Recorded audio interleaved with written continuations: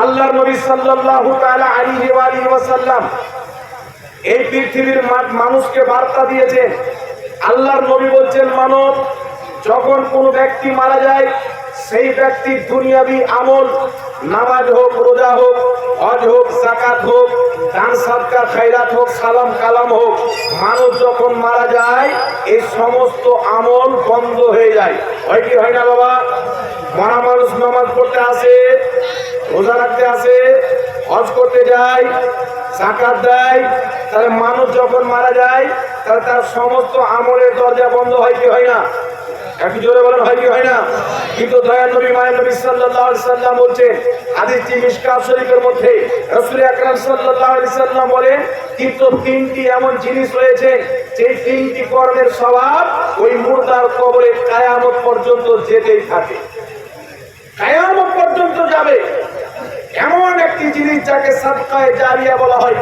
একটু লক্ষ্য করবেন বাবা, আপনি যদি চান যে আমি মরে যাব, আপনার সম্পদ আছে, টাকা পয়সা আছে, আপনি মারা গেলেন, ওই সম্পদ আপনার ছেলে ভোগ করে খাবে, আপনার মেয়ে ভোগ করে খাবে। কিন্তু আপনি যদি চান আপনার সম্পদের মধ্যে কিছু অংশ আল্লাহর রাস্তাতে দান করে কিয়ামত পর্যন্ত আপনি কবরে সওয়াব শুয়ে শুয়ে পাবেন, এই রাস্তা শরীয়ত আপনাকে দিয়েছে। আপনি যদি চান সেটা করতে পারেন। সুবহানাল্লাহ। ওই রাস্তাটা কি? দয়ার নবী মায়ের নবী সাল্লাল্লাহু আলাইহি সাল্লাম বলেছে তিনটি জিনিস। সর্বপ্রথম জিনিস হচ্ছে ইলম, বিদ্যা, শিক্ষা। আপনি কোরআন হাদিস শিখেছেন বা কোনো হাদিস শিখেছেন, কোনো দোয়া শিখেছেন, আপনি সেটা একজনকে শিখালেন। আপনি কোরআন শিখেছেন, আপনি আমাকে কোরআন শিখালেন। আপনি মারা গেলেন, আমি 10 জনকে শিখালাম। আমি মারা গেলাম, আমার 10টা ছাত্র, তারা 2টা 3টা 10টা করে শিখালো। এইভাবে আমার ছাত্র, তার ছাত্র, তার ছাত্র, তার ছাত্র, কিয়ামত পর্যন্ত হবে। আমি মরে কবরে চলে যাব, সওয়াব আমার কবরে যেতেই থাকবে। কথা বুঝতে পারছেন তো বাবা? সমস্যা হচ্ছে না তো? এটা হচ্ছে প্রথম নাম্বার।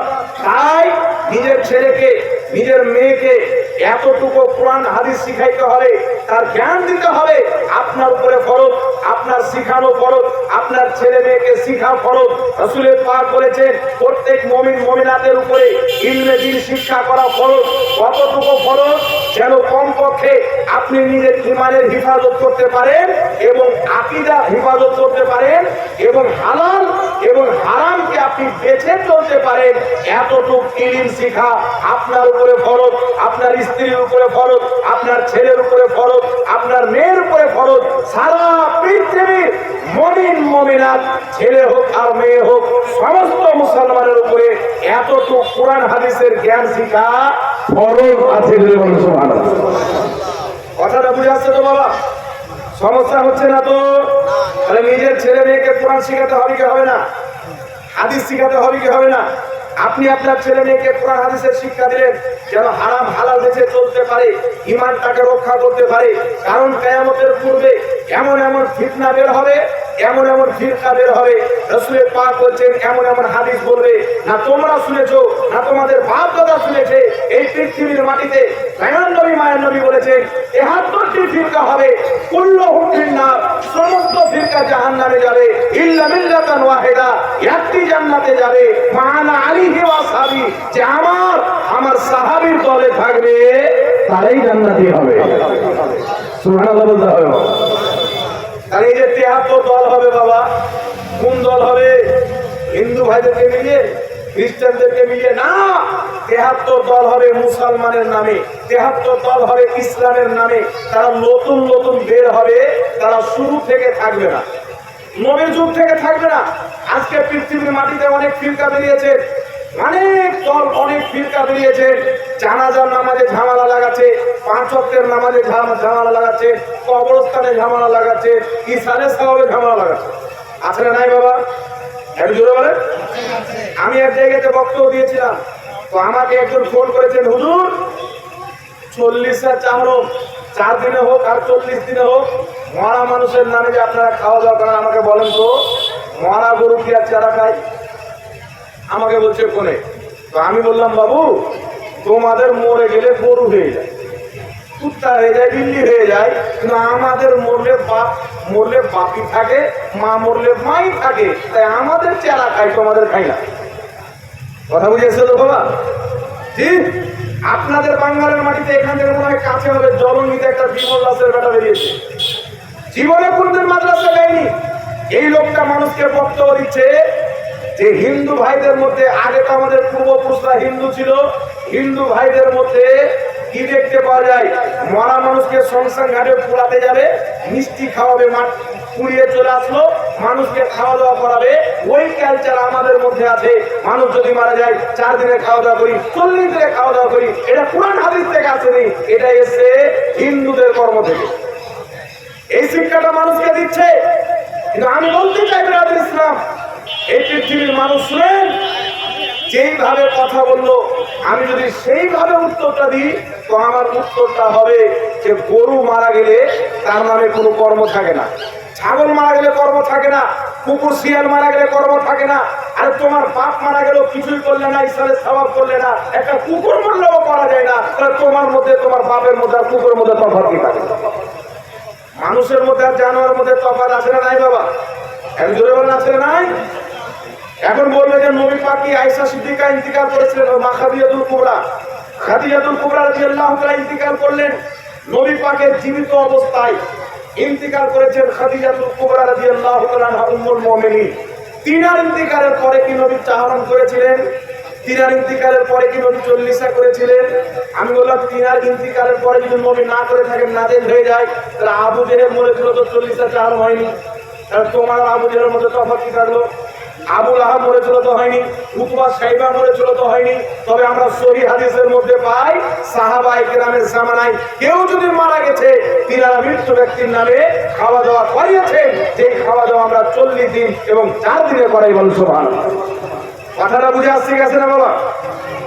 এইবার একটু আমার দিকে লক্ষ্য করবেন, ইসালের সওয়াব কোথায় থেকে আসলো? নবীর হাদিস থেকে আসলো। 1 নাম্বার কি বললাম? ইলম। আপনি ইলম শিখেছেন, 10টা ছাত্র বললে ওই 10টা আবার 10টা করে বলবে, তারা আবার 10টা করে বলবে, আপনার ছাত্র কিয়ামত পর্যন্ত তার ছাত্র হতেই থাকবে।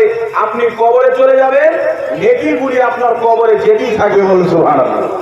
দ্বিতীয় নম্বরে রাসূল পাক সাল্লাল্লাহু আলাইহি ওয়াসাল্লাম বলেন, দ্বিতীয় নাম্বার হলো as-সাদকাতুজ জারিয়া, যাকে আমরা সাদকায়ে জারিয়া বলি। সাদকায়ে জারিয়া কাকে বলে? মাদ্রাসা তৈরি হচ্ছে, টাকা দিয়ে দেন, মসজিদ তৈরি করলেন, কবরস্থান তৈরি করলেন, তারপরে আপনার কোনো তালিবে ইলমকে আপনি হাদিস কিনে দিলেন, কোনো মৌলভী সাহেবকে হাদিস কিনে দিলেন, তারা এই কিতাবটি পড়বে, এই কিতাব পড়ে জ্ঞান অর্জন করে সে আবার ছাত্র বানাবে, তার ছাত্র হবে, তার ছাত্র হবে। মসজিদে দান দিয়েছেন, আপনি মারা যাবেন, আল্লাহর ঘর থেকে যাবে। মাদ্রাসায় দান দিয়েছেন, আপনি মারা যাবেন, মাদ্রাসা থেকে যাবে, আপনি কবরে চলে যাবেন। কিয়ামতের সকাল পর্যন্ত মসজিদ থাকবে, মাদ্রাসা থাকবে, সওয়াব আপনার কবরে যেতেই থাকবে। কথা বুঝে আসছে কিনা বাবা? সওয়াব আপনার কবরে যেতেই থাকবে। এইবার হলো তৃতীয় নম্বরে চলে আসেন। প্রথম নাম্বার কি বুঝলাম? ইলম। দ্বিতীয় নাম্বার কি বুঝলাম? সাদকায়ে জারিয়া। তৃতীয় নাম্বার হচ্ছে নেক সন্তান, নেক ছেলে, যে আপনার জন্য দোয়া করবে, আপনার জন্য আল্লাহর কাছে কান্নাকাটি করবে। আপনার ছেলে যদি আপনার জন্য 1 ফোঁটা চোখের পানি ফেলে কান্না করতে পারে, আল্লাহ তাবারাক ওয়া তাআলা আপনার পক্ষে আপনার ছেলের দোয়া কারেন্টের মতন কবুল করবে। জোরে হবে না সুবহানাল্লাহ? নেক সন্তান ছেড়েছে, আপনি মারা গেছেন, আপনার ছেলে আপনার নামে দান করবে, ওই দানের স্বভাব আপনি পেয়ে যাবেন। আপনি মারা গেছেন, আপনার ছেলে আপনার নামে খাওয়া দাওয়া করবে মানুষদেরকে, তার স্বভাব আপনার কবরে চলে যাবে। আপনি মারা গেছেন, আপনার ছেলে কাউকে যদি আপনার পক্ষ থেকে 1 গ্লাস পানি পান করায়, তার স্বভাব আপনার কবরে চলে যাবে। আপনি মারা গেছেন, আপনার ছেলে যদি আপনার পক্ষ থেকে গরিব মিসকিনকে কাপড় পরায়, তার স্বভাব আপনি পেয়ে যাবেন। অর্থাৎ ইসলামের যে কর্মগুলিতে নেকি রয়েছে, ওই প্রত্যেকটা কর্ম আপনার পক্ষ থেকে আপনার ছেলে যদি করে, ওই প্রত্যেকটা সওয়াব আপনার কবরে আল্লাহ পাক পৌঁছে দিবে, বলুন সুবহানাল্লাহ। এখন আপনাদেরকে বলতে চাই, সাহাবায়ে কেরাম কি করতেন? ইমাম বুখারী মুসলিমের হাদিস স্পষ্টভাবে এই যে 6টি সহিহ হাদিসের কিতাব বলা হয়, এই কিতাব প্রত্যেক আলিম পড়েছেন। এই কিতাবের মধ্যে স্পষ্ট অনেক হাদিস পাবেন। একজন সাহাবী এসে বলছেন, ইয়া রাসূলুল্লাহ, ইয়া হাবিবাল্লাহ, আমার আব্বা মারা গেছেন, আমার বুড়ি মা মারা গেছেন, আমার ইচ্ছা ছিল আমি আমার মাকে নিয়ে হজ করব। আমার মা মারা গেছে, হুজুর আমি যদি আমার মায়ের পক্ষ থেকে হজ করি সওয়াব আমার মা পাবে কি পাবে না? রাসূল পাক বলেন পাবে। কথা বুঝেছেন বাবা? তো মৃত্যু ব্যক্তির পক্ষ থেকে হজ করা হয়। আরেকজন সাহাবী এসে বলছেন, ইয়া রাসূলুল্লাহ, ইয়া হাবিবাল্লাহ, আমার মা অসুস্থ ছিলেন, 1 মাসের রোজা কাজা আছে, আমি যদি আমার মায়ের পক্ষ থেকে রোজা করি তাহলে আমার মায়ের কাজাটা আদায় হবে কি হবে না? রাসূল পাক বললেন হবে। আমি জোরে বলতে হবে সুবহানাল্লাহ।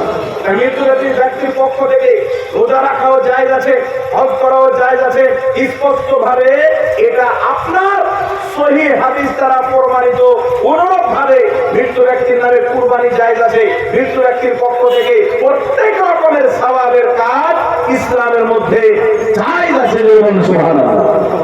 আর একটু জোরে বলুন সুবহানাল্লাহ। এইবার চলে আসেন আপনাদের সম্মুখে আর দুটি হাদিস শোনাবো বাবা। আবু দাউদ শরীফের মধ্যে হাদিস ৩০ নম্বর পয়েন্টে যে চলছে, নেক সন্তান আপনার ছেলে আপনার নামে কি কি করলে আপনি নেকি পাবেন, কোন কোন কর্মের নেকি আপনার কবরে যাবে।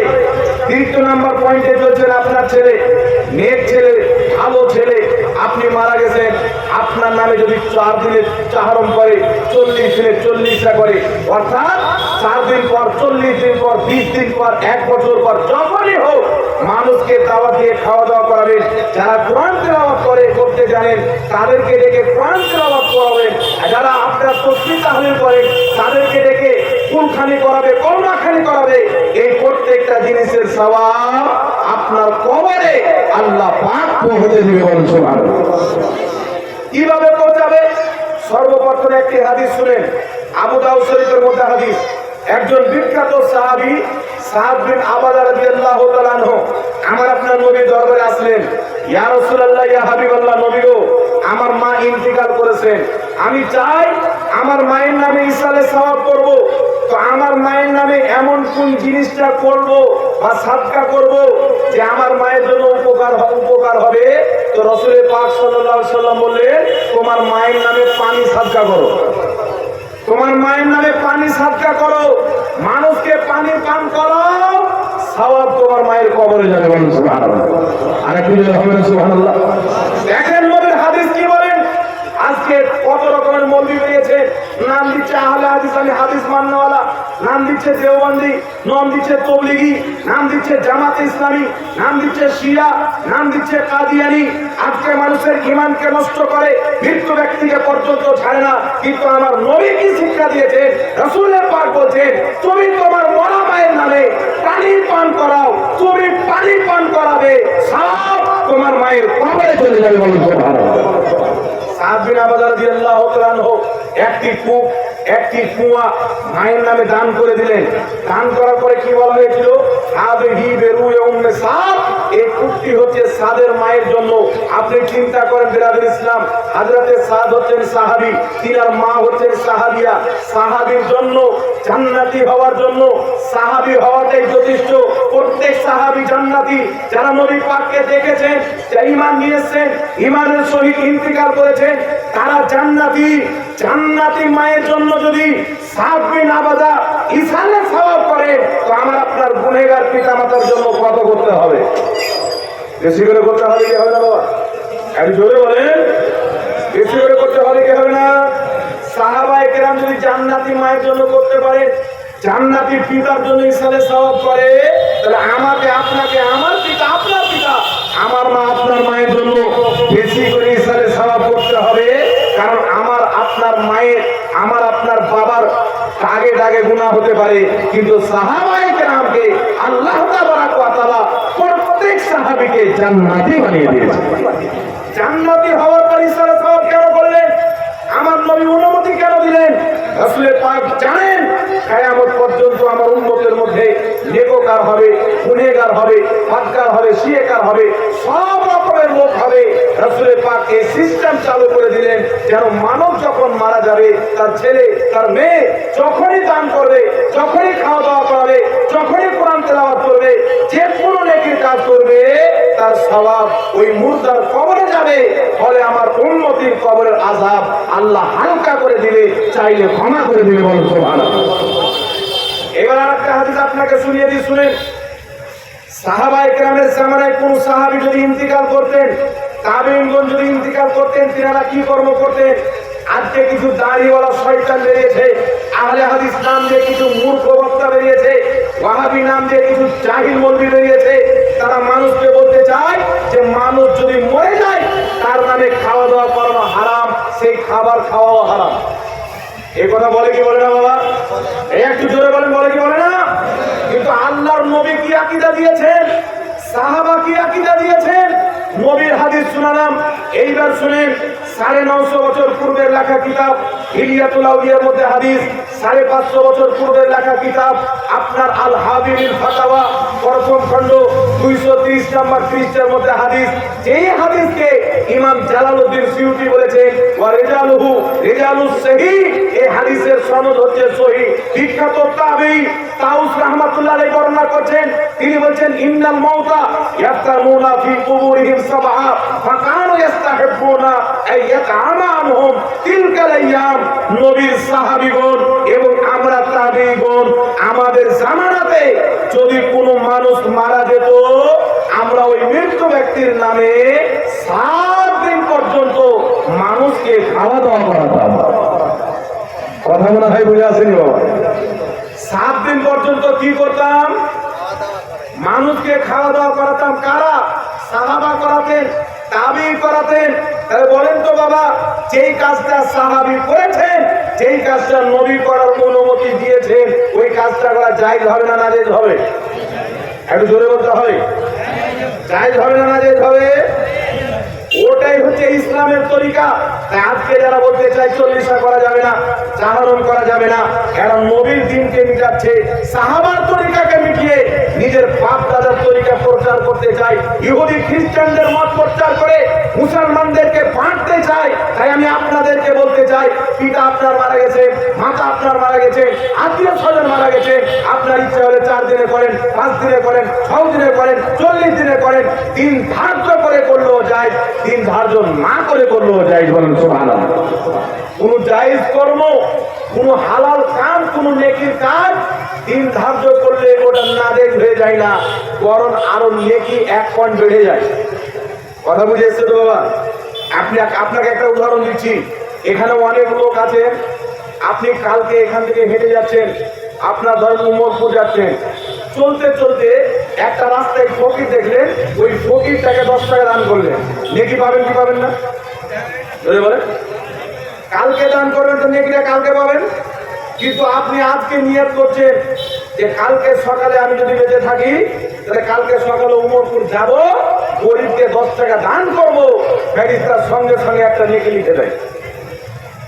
ডেট করার কারণে, ভালো নিয়ত করার কারণে নেকি লিখে দেয়। তার কারণে পিতা মারা গেছেন, আত্মীয় স্বজন মারা গেছেন, আপনি ইচ্ছা করেছেন, নিয়ত করেছেন, 4 দিন পরে ইসালের সওয়াব করবো, 10 লোক থেকে খাওয়া দাওয়া করাবো, কোরআন তেলাওয়াত করাবো, কলমা খালি করাবো, আপনার আগেই নেকি আল্লাহ দান করবেন। সুবহানাল্লাহ। তা ডেট ফিক্স করা জায়েজ হবে না নাজায়েজ হবে বাবা? একজন ব্যক্তি এসে বলছেন, হুজুর ঠিক আছে, সাহাবা যখন করেছেন খাওয়া দাওয়া যায়, নবী যখন পানি পান করাতে বলেছেন, তাহলে অবশ্যই জায়েজ আছে, মৃত্যু ব্যক্তির পক্ষ থেকে পানি পান করা, খাবার খাওয়ানো জায়েজ আছে। কিন্তু ডেট ফিক্স করে করেন, তাই নাজায়েজ হয়ে যায়। ইসলামের কোনো জিনিস ডেট ফিক্স করে করা যাবে না। আমি তাকে একটা কথা বললাম, বলো তো বাবা, আপনার আব্বা মায়ের বিয়েটা ডেট করে হয়েছিল না বিনা ডেটে হয়েছিল? কি বলবেন? আপনার আব্বা মায়ের বিয়েটা ডেট করে হয়েছিল না বিনা ডেটে? তো আপনার বক্তব্য হলো কোনো জিনিস ইসলামে ডেট করে করা যাবে না। তো আপনার বাপ মায়ের বিয়েটা ডেট করে করেছিল, তো বিয়েটা হারাম হবে, হলো না? আর বিয়ে যদি হারাম হয় তাহলে বাচ্চাটা কি হবে বাবা? জি, তাহলে কেউ যদি বলে 4 দিনে চাহারণ ডেট করে করা যাবে না, 40 দিনে 40টা ডেট করে করা যাবে না, তাহলে বুঝে নেবেন লোকটা কোন জাদা। এই জাদাটা বুঝে নেবেন, তারা মশলা ক্লিয়ার হয়ে যাবে। কথা বুঝেছেন কিনা বাবা? একজন বলেন, কথা বুঝতে পেরেছেন? এবার আর একটা মশলা ক্লিয়ার করে একটু লক্ষ্য করে শুনবেন। মৃত্যু ব্যক্তির নামে আলিম উলামাকে ডেকে, তালবে ইলমকে ডেকে, মানুষজনকে ডেকে আমরা জমা করে কোরআন তেলাওয়াত করি কি করি না? বাংলাদেশের মাটিতে কিছু বক্তা আছে, তার মধ্যে 8টা বক্তা আছে। এই বক্তাটার নাম হচ্ছে কাকরামুজ্জামান। কি নাম? নাম হয়তো আপনারা শুনলে হবে, নাম আকরামুজ্জামান, কিন্তু এর বক্তব্য শুনলে আপনি মনে করুন যে কাকড়া, এ মানুষ হতে পারে না। কারণ এই লোকটা বলেছে সাবে বারাতে মসজিদে গিয়ে ইবাদত করা আর বেশ্যাখানায় জেনা করা ওটা বেশি উত্তম। নাউজুবিল্লাহ বলবেন না? তাহলে মসজিদকে চাইতে যে বেশ্যাখানাকে উত্তম বলে ইমানটা থাকবে, ও আকরামুজ্জামান হবে না কাকরামুজ্জামান হবে? কাকরা হয়ে গেলে হবে না? এই লোকটা বক্তব্য দিচ্ছে, আমার মোবাইলে ডাউনলোড করা আছে বক্তব্য। তাকে প্রশ্ন করা হলো যে সম্মিলিত ভাবে কোরআন তেলাওয়াত করা জায়েজ না না জায়েজ? ওই ব্যক্তি উত্তরে বলছেন একমাত্র শিক্ষা ব্যতীত অন্য কোনো জায়গাতে সম্মিলিত ভাবে কোরআন তেলাওয়াত করা ইসলামের না জায়েজ। যেমন আমাদের দেশে 40 হলো মানুষকে লেগে কোরআন তেলাওয়াত করাচ্ছে সম্মিলিত ভাবে, 4 ভালো তেলাওয়াত করাচ্ছে, এটা ইসলামের না জায়েজ। স্পষ্ট ফাতোয়া দিয়ে দিল বাবা। কিন্তু দলিল কি?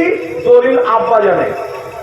আমি চ্যালেঞ্জ করে বললাম, আপনারা দেখবেন কোন ওয়াহাবি কোন নজরি বক্তব্য যদি দেয় এটা হারাম এটা জায়েজ, কোনো দলিল নাই। রিসেন্টলি আপনাকে 2-3টার কথা বলছি, বাংলাদেশে একজন বক্তা আছে, সেই ব্যক্তি বলছে যে গরুর অন্ডকোষ খাওয়া যায়। বুঝতে পারছেন? অথচ হাদিস শরীফ থেকে নিষেধ আছে 7টি জিনিস, তার মধ্যে একটি হচ্ছে অন্ডকোষ, স্পষ্ট হাদিসের মধ্যে আছে।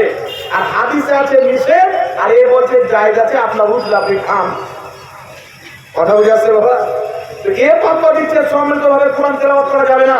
কিন্তু আমি আপনাদের সম্মুখে বলতে চাই, আল্লাহর কসম খেয়ে বলি, নামধারী আহলে হাদিস এরা ইসলাম প্রচার করে না। খোদার কসম খেয়ে বলি, এরা নবী এবং সাহাবীর ইসলামকে মিটানোর জন্য ফিরতে নেমেছে, ইহুদিকে খুশি করার জন্য, নাসারাকে খুশি করার জন্য। আমি আপনাদের সম্মুখে শোনাইতে চাই, এটা তো হচ্ছে আপনার বাংলাদেশের মৌলবি। মক্কা মদিনার মৌলবিরা কি আকীদা রাখেন, নবীর সাহাবী কি আকীদা রাখেন, লক্ষ্য করে শুনেন। একটি হাদিসের কিতাব রয়েছে, যেই কিতাবের নাম সুনানুদ দারমি।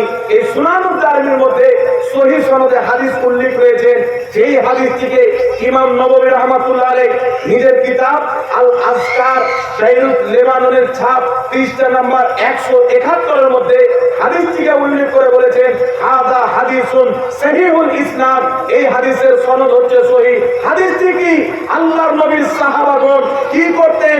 সেই সাহাবারা ভালো কোরআন তেলাওয়াত করতে জানতেন, তাদেরকে দাওয়াত দিয়ে এক জায়গাতে জমা হতেন, জমা হয়ে কোরআন খতম করতেন। কোরআন খতম করে তারা দোয়া করতেন, কারণ তাদের আকীদা ছিল কোরআন খতম করার পরে যেই দোয়া করা হয় ওই দোয়া আল্লাহর কাছে কবুল হয়ে যায়। আর একটু জোরে হবে না সুবহানাল্লাহ? হাদিস শোনাচ্ছি, একটু জোরে বলেন সুবহানাল্লাহ। কালকে মন ভরে জীবনী শুনবেন, আজকে হাদিস শুনলেন। ভালো ভালো বক্তা আসছে কালকে। তাহলে কি বুঝতে পারলাম? সাহাবায়ে কেরাম এক অপরকে দাওয়াত দিয়েছেন। আর আমার নবী কি বলেছে? মা আনা আলাইহি ওয়া আসহাবি, যে আমার সাহাবীর তরিকাতে চলবে ওই দল হবে জান্নাতি। তো সাহাবায়ে কেরাম মৃত্যু ব্যক্তির নামে খাওয়া দাওয়া করিয়েছেন, সাহাবায়ে কেরাম মৃত্যু ব্যক্তির নামে ইসালে সওয়াব করেছেন, সাহাবায়ে কেরাম মৃত্যু ব্যক্তির নামে পানি পান করিয়েছেন, সাহাবায়ে কেরাম একত্রিত হয়ে কোরআন খতম করেছেন। আর সেই সাহাবার কর্ম সুন্নিরা করে, তো সুন্নিরা বিদাতি না, সুন্নিরা আসল মুসলমান। জোরে বলেন সুবহানাল্লাহ। যারা এগুলো জিনিসকে বিদাতি বলে তারা হচ্ছে নবী দুশমন, সাহাবা দুশমন, তারা হলো অরিজিনাল বিদাতি। তাই পৃথিবীর মানুষ শুনেন, আজ আমি চ্যালেঞ্জ করতে চাই, সম্মিলিত ভাবে যারা কোরআন তেলাওয়াত করতে জানে, মাদ্রাসার তালিব ইলম হোক, মাওলানা সাহেব হোক, গ্রামের মুসাল্লি হোক, যারা কোরআন তেলাওয়াত করতে জানে, মহিলারা হোক, তারা এক জায়গায় জমা হয়ে, মহিলারা পর্দার আড়ালে সবাই একত্রিত হয়ে কোরআন তেলাওয়াত খতম যদি করে, এটা নাজায়েজ নয়, এটা সাহাবায়ে কেরামের সুন্নাত, এটাই হচ্ছে নবীর দ্বীন। জোরে বলুন সুবহানাল্লাহ। এটা নবীর শরীয়তে জায়েজ আছে। ওটা আমেরিকা ইসরায়েলের তৈরি বা ইসলাম হতে পারে যাতে না জায়েজ আছে। তাহলে বলেন তো বাবা, যে আমরা মানুষকে ডেকে একত্রিত করে কোরআন তেলাওয়াত করি, সাহাবায়ে কেরাম কালকের লোক না 1450 বছর পূর্বের লোক? কথা বলতে হবে। সাহাবা কত বছর পূর্বের? নবীর জামানা। তাহলে বুঝা গেল মানুষকে দাওয়াত দিয়ে একত্রিত করে কোরআন খতম করা এটা আজকে নতুন আকীদা না, এটা হচ্ছে পুরাতন সাহাবায়ে কেরামের আকীদা, মুস্তাফার দেওয়া আকীদা। আজকে যারা বলে মানুষকে দাওয়াত দিয়ে কোরআন তেলাওয়াত করা যাবে না, এদের আকীদা হলো নতুন আকীদা, বিদআতি এবং পথভ্রষ্ট আকীদা। তাহলে সাহাবায়ে কেরামের কর্ম আমরা করবো কি করবো না বাবা? একটু জোরে বলতে হবে, করবো কি করবো না? এখন আপনাকে কেউ বলতে পারে যে তোমার বাবা মারা গেছে, তুমি দোয়া করো। তোমার বাবা মারা গেছে, তুমি কোরআন তেলাওয়াত করো, তুমি দোয়া করো, তুমি কান্নাকাটি করে দোয়া করো, তোমার দোয়া কবুল হবে। ভাড়া করে লোক আনা দরকার কি? ভাড়া করে লোক আনা দরকার কি? নবী কি বলেছেন? ভাড়া করে করো। আমি হাদিস শুনিয়ে দিলাম, সাহাবায়ে কেরাম মানুষজনকে একত্রিত করিয়ে দোয়া করাতেন। এই প্রশ্নের উত্তর বাবা যেমন প্রশ্ন হবে উত্তরটা তেমন দিতে হবে। একটু আমার দিকে লক্ষ্য করে শুনেন, ধ্যান দিয়ে শুনবেন। এক কান দিয়ে শুনে এক কান দিয়ে বের করে দিবেন না, এই দিকে লক্ষ্য করবেন না, একটু ধ্যান দিয়ে শুনেন। যারা বলে তোমার বাবা মারা গেছে তুমি কোরআন তেলাওয়াত করে দোয়া করো, তোমার বাপ মারা গেছে তুমি কান্নাকাটি করে দোয়া করো, ভাড়া করা লোক আনার দরকার কি? সুতরাং তুমি দোয়া করো তো যাই, ভাড়া করা লোক দিয়ে করো তো বিদআত, আর বিদআত মানে হারাম, জাহান্নামে যেতে হবে। কথা বুঝে আসছে তো? তাদেরকে একটা উত্তর দিলেন, শিখালেন। সারা জীবন সুন্নিরা উত্তর দেয় কিন্তু প্রশ্ন করে না। আপনি প্রশ্ন করবেন, আর এদের দাঁত ভাঙার জবাব হচ্ছে প্রশ্ন করা। প্রশ্নটা কি করবেন? আপনি তাকে বললেন তো তোমার মসজিদে যে ইমাম, ওই মসজিদের ইমাম যারা বলে, যে ওয়াহাবিরা, যে নামধারী আহলে হাদিসরা বলে যে ভাড়া করা লোক নিয়েছে লাভ কি, তাকে আপনি বলবেন যে তোমার মসজিদের ইমামটা কে? তোমার বাবার জন্ম ছেলে? বলতে পারবেন কথাটা? আচ্ছা বলেন তো বাবা, তাদের মসজিদে যে ইমাম থাকে, ইমামটা কে? কথা বলে, টাকা দিয়ে রাখে কি রাখে না? বলে বলে তাদের মধ্যে ইমাম সাহেব গিয়ে পড়ালে টাকা দেয় কি দেয় না? টাকা দেয় কি দেয় না?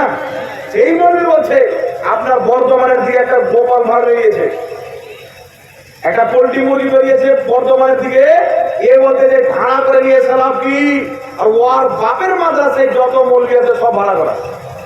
তাহলে ভাড়া করা মৌলবি দিয়ে যদি দোয়া করানো নাজেল হয়ে যায়, ভাড়া করা মৌলবি দিয়ে কোরআন তেলাওয়াত করানো ইসালে সহ যদি নাজেল হয়ে যায়, তো ওই ভাড়া করা মৌলবি তোমার বাপ মায়ের বিয়ে পড়িয়েছে, তোমার বাবা মায়ের বিয়ে পড়িয়েছে। এখন 1000 টাকা, 500 টাকা, 1200 টাকা দেওয়া হয়, তোমার বাপের জামানাতে 50, 60 টাকা, 200, 150 টাকা দেওয়া হতো। তাহলে ভাড়া করে যদি ইসলামের সওয়াব নাজেল হয়, তাহলে তোমার বাপ মায়ের বিয়েটা নাজেল হয়েছে, আর বিয়েটা যদি নাজেল হয় তোমার ফাতওয়া অনুযায়ী তুমিও কিন্তু নাজেল সন্তান হবে। কথাটা ঠিক না ঠিক বলছি বাবা? যদি বলে যুক্তিটা বুঝতে পারছেন, বুঝে আসছে? কোন ওয়াহাবি যদি আপনাকে বলে তোর বাপ মারা গেছে, তোর মা মারা গেছে, একা জিয়ারত করতে জানা, ভাড়া করা লোক নিয়ে কি করবি? একা দোয়া কর, কোরআন তেলাওয়াত কর, ভাড়া করা লোক দিয়ে কি করবি? তাকে আপনি উত্তর দিবেন তোর মসজিদের ইমামটাকে কেন ভাড়া করে রেখেছিস, মাদ্রাসার শিক্ষক কেন ভাড়া করে রেখেছিস? যটা মুসাল্লি হবে তটা বেটা জন্ম দিয়ে পড়িয়ে ইমাম বানাবে, কেউ করির পিছনে পড়বে না, কি বলেন বাবা?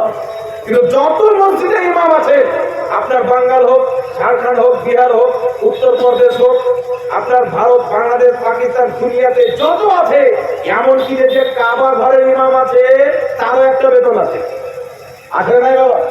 ধরে বলে ভাড়া করা লোক দিয়ে ইমানের পরে সর্বপ্রথম ফরজ নামাজ যদি হয়ে যায়, ভাড়া করা ইমাম দিয়ে আপনার বিয়ে পড়ানো যদি হয়ে যায়, ভাড়া করা ইমাম দিয়ে জানাজা পড়ানো যদি হয়ে যায়, ভাড়া করা ইমাম দিয়ে দাফনের কাজ যদি সম্পূর্ণ হয়ে যায়, ভাড়া করা ইমাম দিয়ে বড় ফরজ যদি হয়ে যায়, তো ভাড়া করা ইমাম দিয়ে ছোট ইসালে সওয়াব অবশ্যই হবে।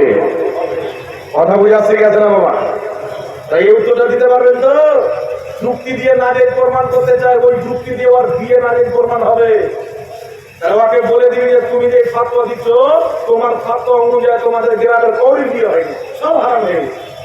তাহলে তোমাদের এলাকার লোককে গায়ের নাম চেঞ্জ করো, আধার কার্ড চেঞ্জ করো, প্যান কার্ড চেঞ্জ করো, ভোটার কার্ড চেঞ্জ করো, আর হারামজাদা গ্রাম লিখে দাও।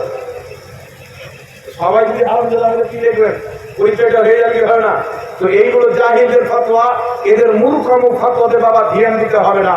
কোন মুসলমান এক খবর মুসলমানের ভাড়া করা হয় না। যদি ভাড়া করা হতো তাহলে একজন মুসলমান মরলে সবাই মাটি দিতে যেত না, সবাই জানাজা করতে যেত না। একজন মুসলমানের বিপদ হলে সবাইকে আল্লাহ ঝাঁপিয়ে দিতে হতো না। ইসালে সওয়াব তাকওয়ার কাজ, নামাজ তাকওয়ার কাজ, রোজা তাকওয়ার কাজ। আল্লাহ পাক বলেছেন কোরআন পাকের মধ্যে, তোমরা মুসলমান তাকওয়ার কাজে এক অপরকে সহযোগিতা করো। আমার বাবা মারা গেছে, আপনি আমার বাবার জন্য দোয়া করবেন। আপনার বাবা মারা গেছে, আমি আপনার বাবার জন্য দোয়া করব। এটাই হচ্ছে ইসলামের সৌন্দর্য। বলুন সুবহানাল্লাহ। এবার আরেকটা কথা শুনেন, গোপাল ভাঁড় বক্তব্যে বলছে একটা লোকের বাবা মারা গেছে, তো ইমাম সাহেবকে নিয়ে গিয়ে 40 দিন কবর জিয়ারত করলো ফজর নামাজের পর। তো 40 দিন ইমাম সাহেবকে নিয়ে গেলেন, কবর জিয়ারত করলেন, দোয়া করলেন। ওই লোকটা খুশি হয়ে তোহফা শুরু ইমাম সাহেবকে একটা লুঙ্গি দিল, একটা হয়তো পাঞ্জাবি দিল, 500 হয়তো টাকা দিল ইমাম সাহেব। আর ইমাম সাহেবরা তো এই টাকা দিয়ে চলে, কি বলে, ওদের বেতন তো আপনার আসমানে সামান করে দিন 6,000 7,000 বেতন। এখন মানুষের 6,000 7,000 বেতন, চা যদি না খাই তো ফুরিয়ে যাবে, খেলে ক টাকা পুরাবে আপনি চিন্তা করেন। কথাটা ঠিক না ভুল বলছি বাবা? তো ইমাম সাহেবকে তোহফা দিল, কবর জিয়ারত করতে গেল, সাথে সাথে হুজুর দোয়া করবেন, কারণ কবর জিয়ারত করার নিয়ম কায়দা কি সাধারণ লোক তো জানে না। একটা আলিমকে সাথে করে নিয়ে যায়, খুশি একটা লুঙ্গা দিল, লুঙ্গি দিল বা আর কিছু তোহফা দিল। গোপাল ভাঁড় বলছে বর্ধমানের পাগলা, বলছে যে কবর পূজা করে আবার টাকা নিচ্ছিস? আচ্ছা বলেন তো বাবা, কবর জিয়ারত করা কি কবর পূজা করা? কথাটা বলেন তো, এই ভাই বলেন না, কবর জিয়ারত করা কি কবর পূজা করা? হাত তুলে বলতে হবে। পূজার মধ্যে আর জিয়ারতের মধ্যে তফাৎ আছে কি নাই? তাহলে কবর গিয়ে ওখানে দোয়া করা, জিয়ারত করা যদি পূজা হয়, তাহলে ওয়াহাবিরা কবরস্থানে মাটি দিতে যায়, তো তারাও পূজা করতে যায় নাকি বলেন? তারাও তাহলে পূজা করতে যায়। তার কারণে বিরাদুল ইসলাম একটা হাদিস শুনেন, দয়ার নবী মায়ের নবী বলেছেন, এই হাদিসটিকে লামাযহাবীদের গুরু ইবনে তাইমিয়া ছাত্র ইবনে কাসির তাফসীর ইবনে কাসিরের মধ্যে লিখেছেন। হযরতে হুযায়ফা বিন ইয়ামান রাদিয়াল্লাহু তাআলা বর্ণনা করছেন, দয়ার নবী মায়ের নবী বলেছেন, আমার উম্মতের কিছু ব্যক্তির ভয় আমাকে আছে, তারা বের হবে, বের হয়ে আমার উম্মতের উপরে শিরকের ফতোয়া দেবে, আমার উম্মতের উপরে শিরকের ফতোয়া দিবে, কবর পূজা মাজার পূজা বলে শিরকের ফতোয়া দিবে। রাসূল করিম সাল্লাল্লাহু আলাইহি সাল্লামের সাহাবী হুযায়ফা বিন ইয়ামান বলছেন, ইয়া রাসূলুল্লাহ, সত্যি কি আপনার উম্মত শিরকে লিপ্ত হয়ে যাবে? সত্যি কি আপনার উম্মত পূজায় লিপ্ত হয়ে যাবে? আল্লাহ রাসূল বলছেন, না, যারা শিরকের ফতোয়া দিবে তারা নিজেই মুশরিক থাকবে। যারা শিরকের ফতোয়া দিবে তারা নিজে মুশরিক থাকবে। কারণ রাসূল পাক বলেছেন, বুখারীর হাদিস, মিশকাতের হাদিস, কোন ব্যক্তি যদি কোন মুসলমানের উপরে শিরকের ফতোয়া দেয়, কুফরের ফতোয়া দেয়, ওই মুসলমান যদি মুশরিক না থাকে, কাফির না থাকে, ফতোয়া তার উপরে চলে আসবে, সে নিজে মুশরিক, নিজে কাফির হবে। তো নামধারী ওয়াহাবিরা আমাদেরকে মুশরিক বলে তারা নিজেই মুশরিক হয়েছে হাদিসের ফতোয়া অনুযায়ী। কথা বুঝে আসলো বাবা? ফতোয়া তাদের উপরে পড়েছেন। এখন আপনাদের সম্মুখে আর একটা মাসালা ক্লিয়ার করতে চাই, একটু ধ্যান দেবেন বাবা। মৃত্যু ব্যক্তির নামে কলমা খানি, কলমা খানি কাকে বলা হয়? মানুষজন কলমা পাঠ করে লা ইলাহা ইল্লাল্লাহ মুহাম্মাদুর রাসূলুল্লাহ, লা ইলাহা ইল্লাল্লাহ, লা ইলাহা ইল্লাল্লাহ, লা ইলাহা ইল্লাল্লাহ, মাঝে মাঝে মুহাম্মাদুর রাসূলুল্লাহ বলবে। এই কলমা পাঠ করবে, পাঠ করে দোয়া করবে, আল্লাহ আমি যা কলমা পাঠ করেছি তুমি যতটুকু সওয়াব দিবে, এই সওয়াবটুকু অমুক মাইয়াকে দিয়ে দাও, তাহলে তার কবরে আল্লাহ সওয়াবটাকে পৌঁছে দিবে। কথা বুঝে আসছে তো বাবা? বুঝতে পারছেন তো? ঝাড়খণ্ডের লোক তো, সমস্যা হচ্ছে না তো আপনাদের? হ্যাঁ, তো বলছে দোয়া করছেন, আল্লাহ আমি যে কোরআন তেলাওয়াত করেছি, তাসবিহ তাহলিল করেছি, সুবহানাল্লাহ আলহামদুলিল্লাহ বলেছি, এই সওয়াব ওই মৃত্যু ব্যক্তিকে দিয়ে দাও। কিছু লোক বেরিয়েছে যে মৃত্যু ব্যক্তির নামে কলমা খালি বিরাট, এটা নবী সাহাবী করেননি, কিন্তু বিরাদুল ইসলাম এটা হাদিস শরীফের মোতাবিক একবারে 100% যায়, বরং সওয়াবের কাজ। আপনি বলবেন কি করে? আমি আপনাকে হাদিস শোনালাম, খেজুরের ডানা যতদিন কাঁচা থাকবে আল্লাহর তাসবিহ পাঠ করবে, তার তাসবিহ পাঠ করার সওয়াব মুর্দার কবরে যাবে। আচ্ছা বলেন তো বাবা, আল্লাহর মাখলুকের মধ্যে, আল্লাহর সৃষ্টির মধ্যে সর্বশ্রেষ্ঠ মানব জাতি, ঠিক না বেঠিক? আশরাফুল মাখলুকাত হলো মানুষ। তো যদি খেজুরের পাতার তাসবিহ পাঠ করার সওয়াব মুর্দার কবরে যায়, মুর্দার কবরের আযাবে কমতি হয়ে যায়, তাহলে আল্লাহ আশরাফুল মাখলুকাত মানব জাতি যখন তাসবিহ তাহলিল পাঠ করবে, কলমা খানি করবে, তার সওয়াব অবশ্যই মুর্দার কবরে যাবে বলে বলেন সুবহানাল্লাহ। তাই ইমাম বদরুদ্দিন আইনি রাহমাতুল্লাহ আলাইহি বুখারী শরীফের সারা উমদাতুল কারি বাইরুত লেবাননের ছাপ, সেই কিতাবের মধ্যে হাদিসটি উল্লেখ করে দলিল কায়েম করেছেন। এই হাদিস থেকে বোঝা গেল মৃত্যু ব্যক্তির নামে কোরআন তেলাওয়াত করা মুস্তাহাব, জিয়ারত করতে গিয়ে কোরআন তেলাওয়াত করা মুস্তাহাব। তার কারণে আনসার সাহাবায়ে কেরামের জামানায় যদি কোনো ব্যক্তি মারা যেত, আনসার সাহাবীগণ তাদের কবরে গিয়ে কোরআন তেলাওয়াত করতে বলেন সুবহানাল্লাহ।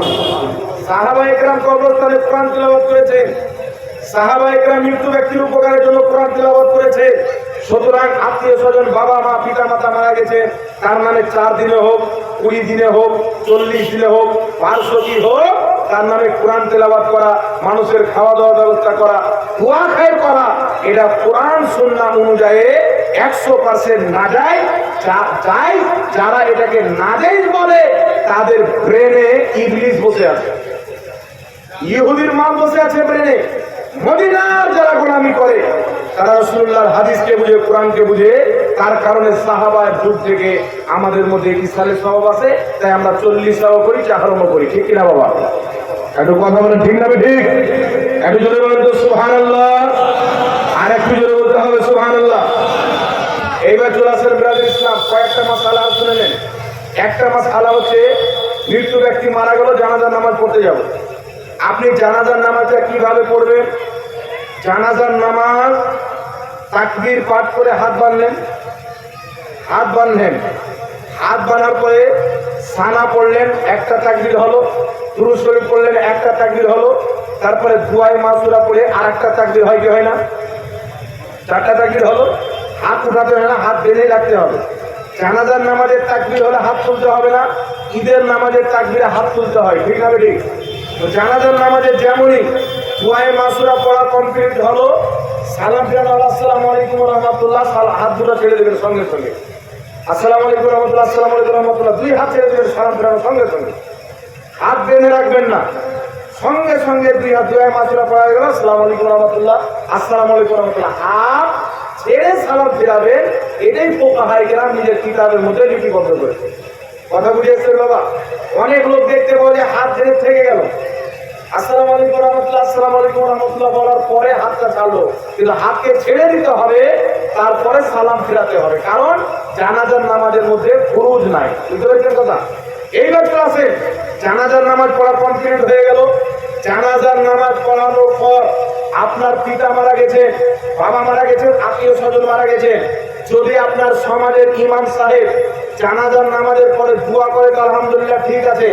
যদি দোয়ার পরিচালিত না থাকে, আপনি ইমাম সাহেবকে কানে গিয়ে বলবেন, হুজুর জানাজার নামাজটা কমপ্লিট করার পর একটু আমার বাবা বা মায়ের জন্য দোয়া করে দিয়ে, যেন কবরের 3টি প্রশ্নের উত্তর আমার পিতা মাতা সঠিকভাবে দিতে পারে।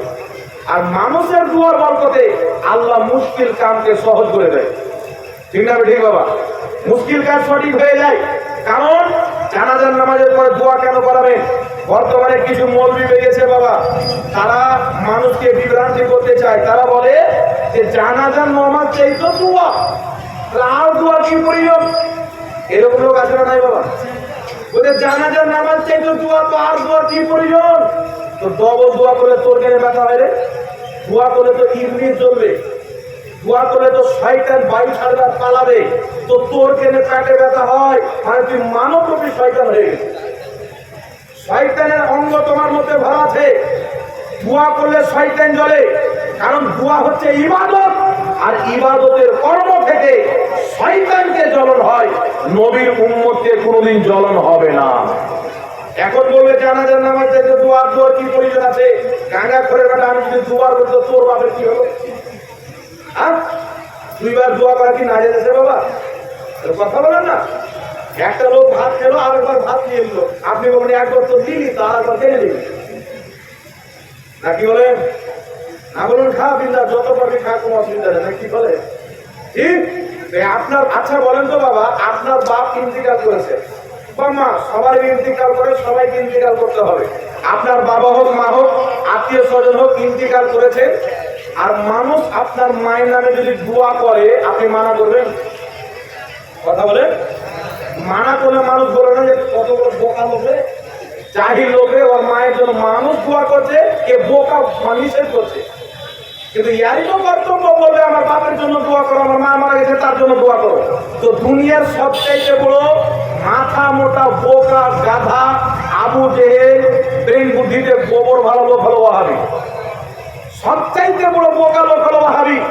কারণ এদের মায়ের বাপের জন্য কেউ যদি জানাজার নামাজের পরে দোয়া করে তো করতে দিবে না। তো বাপ মায়ের নামে যে দোয়া করতে দিবে না, ওই লোকটা বোকা কি বোকা না বাবা? বোকা মানে কম বুদ্ধির লোক। আপনি আবার গালি বলে না তো? ঠিক এক জায়গা থেকে আমাদের একটা ঝাড়খণ্ডের ভাষা বলে দিয়েছি, আর বক্তব্য দেওয়ার পরে 10টা লোক আমার ঘরে ওই যে হুজুর আপনি এই ভাষাটা কেন বললেন, আমি এই ভাষা কেন বললাম মানে কি হলো, ওই যে আমাদের দিকে একটা জঘন্য ভাষা গালি, না আমাদের দিকে কিছু না কথা। তো বোকা বলছি যে আবার আপনারা একটু খারাপ মনে করেন না তো? হ্যাঁ, বোকা লোক মানে কম বুদ্ধি, মোটা মোটা বুদ্ধি না, কি বলেন আপনারা? মোটা হুঁশ, কারেক্ট। এই মোটা হুঁশ হচ্ছে ওয়াহাবি। একটা ওয়াহাবির মৌলবি জানাজা পড়তে গেছে, তার বাপটা সুন্নি ছিল, ছেলে হয়েছে ওয়াহাবি, নতুন ইসলাম গ্রহণ করেছে, আমেরিকা ইহুদি ইসলাম। আর তার বাপ মারা গেছে, তো ইমাম সাহেব দোয়া করবে, তো লোকটা বলছে হুজুর খবরদার আমার মায়ের বাপের নামে দোয়া করবেন না। এই যত পাবলিক ছিল রাস্তার ধারে জানাজা হচ্ছে, ঝামেলা চালু, কোথায় হিন্দু লোক হেঁটে যাচ্ছে, হিন্দু লোকটা হচ্ছে হারে ভাই লাশ সামনে পড়ে আছে, তোদের ঝগড়া কিসে? তো মুসলমান লোকেরা বলছে যে আর বাপ মায়ের জন্য ইমাম দোয়া করবে, আর এই দোয়া করতে দেয় না। তো হিন্দু লোকটি বলছে যে কত বড় মোটা ভুষ, ওকে চাপ্পল নিয়ে মারো, ওকে জুতা নিয়ে পিটো, দোয়া করবে বাপ মায়ের নামে, মানুষ দোয়া চেয়ে পায় না, আর দোয়া করে তোমার পেটে ব্যথা না, কি বলেন দাদা? ঠিক, দোয়া করাটা খারাপ জিনিস না ভালো জিনিস, একজনে বলতে হবে। আগে আপনাকে একটা কথা শুনিয়ে দিই, কোরআন পাকের মধ্যে আল্লাহ বলছেন উদউনি আস্তাজিব লাকুম। আল্লাহ বলছেন তোমরা আমার কাছে দোয়া চাও, আমি কবুল করব। আমার কাছে দোয়া করো, আমার নিকটে দোয়া চাও, আমি আল্লাহ দিব, আমি আল্লাহ কবুল করব। আর যেই ব্যক্তি আমার কাছে দোয়া চাওয়া থেকে মুখকে ফিরিয়ে নেয়, বা দোয়াকে অপমান করে, বা দোয়াকে খারাপ ভাবে, বা দোয়াকে বাধা দেয় জবরদস্তি, আল্লাহ বলছেন অবিলম্বে তারা জাহান্নামে যাবে এবং লজ্জিত হবে। জোরে বলুন সুবহানাল্লাহ। তাই দোয়াকে কমা মনে করা যাবে না। এই দোয়াকে নিয়ে যারা ছিলমিলি বলছে, যেই লোক বলছে জানাজার পর দোয়া করা যাবে না, আমি চ্যালেঞ্জ করলাম পৃথিবীতে যত মৌলবি আছে জানাজার পরে দোয়া করা যাবে না, একটা যদি হাদিস দেখাইতে পারে, আমি মোহাম্মদ জাহাঙ্গীর আলম রেজভী 5 লক্ষ টাকা তাকে পুরস্কার দান করব। যত মৌলবি আছে পৃথিবীর মাটিতে, আর আমার কাছে এসো, জানাজার নামাজের পরে দোয়া করা হাদিস যদি না দিতে পারি, আমার গলাতে জুতোর মালা হবে, পুরো বাঙ্গাল ধুই আমাকে বাড়ি পারে। এটা আমার বেঁচে থাকা পর্যন্ত চ্যালেঞ্জ। কারণ জানাজার পরে দোয়া আমার নবী করতে বলেছেন, সাহাবা করেছেন। যারা জানাজার পরে দোয়া করে তারাই হচ্ছে নবী সাহাবীর দলের লোক। যারা জানাজার পরে দোয়া করাকে বিদআত বলে তারাই হচ্ছে আসল বিদআতি আবু জেহেলের দলের লোক। আচ্ছা বলেন তো বাবা, কেউ যদি নবীর হাদিসের বিরোধিতা করে, ও আবু জেহেলের লোক হবে কি হবে না? একটু জোরে বলেন। দিনের পরিবর্তে রাত, পুরুষের মহিলা, ভালোর খারাপ, কি বলেন, অন্ধকার আলো, প্রত্যেকটা জিনিসের অপোজিট আছে না নাই? ঠিক, তাহলে নবী পাক সাল্লাল্লাহু আলাইহি সাল্লামের দুশমন আবু জেহেল আবু লাহাব, সাহাবাদের দুশমন আবু জেহেল আবু লাহাব, ইমামে হুসেনের দুশমন ইয়াজিদ ও মারওয়ান আছে না নাই? কথা বলতে হবে বাবা। অনুরূপ ভাবে কোন ব্যক্তি যদি নবীর হাদিসের বিরোধিতা করে, হাদিসে থাকা শর্তে জিনিসটাকে বিদআত বলে, নাজেজ বলে, নিঃসন্দেহে সে নবীর দলের লোক নয়। আর যদি নবীর দলের লোক না হয়, তাহলে আবু জেহেলের হবে। কারণ নবীর বিপরীত দল হচ্ছে আবু জেহেলের, কথা ঠিক না বেঠিক? আবু জেহেলের দলের লোক হবে। এখন আপনাদের সম্মুখে 3টি হাদিস শোনাবো, 2টি হাদিসের মানা মাত্র শোনাবো। একটি হাদিস এবারও শুনিয়ে দিই, মিশকাত শরীফের মধ্যে হাদিস।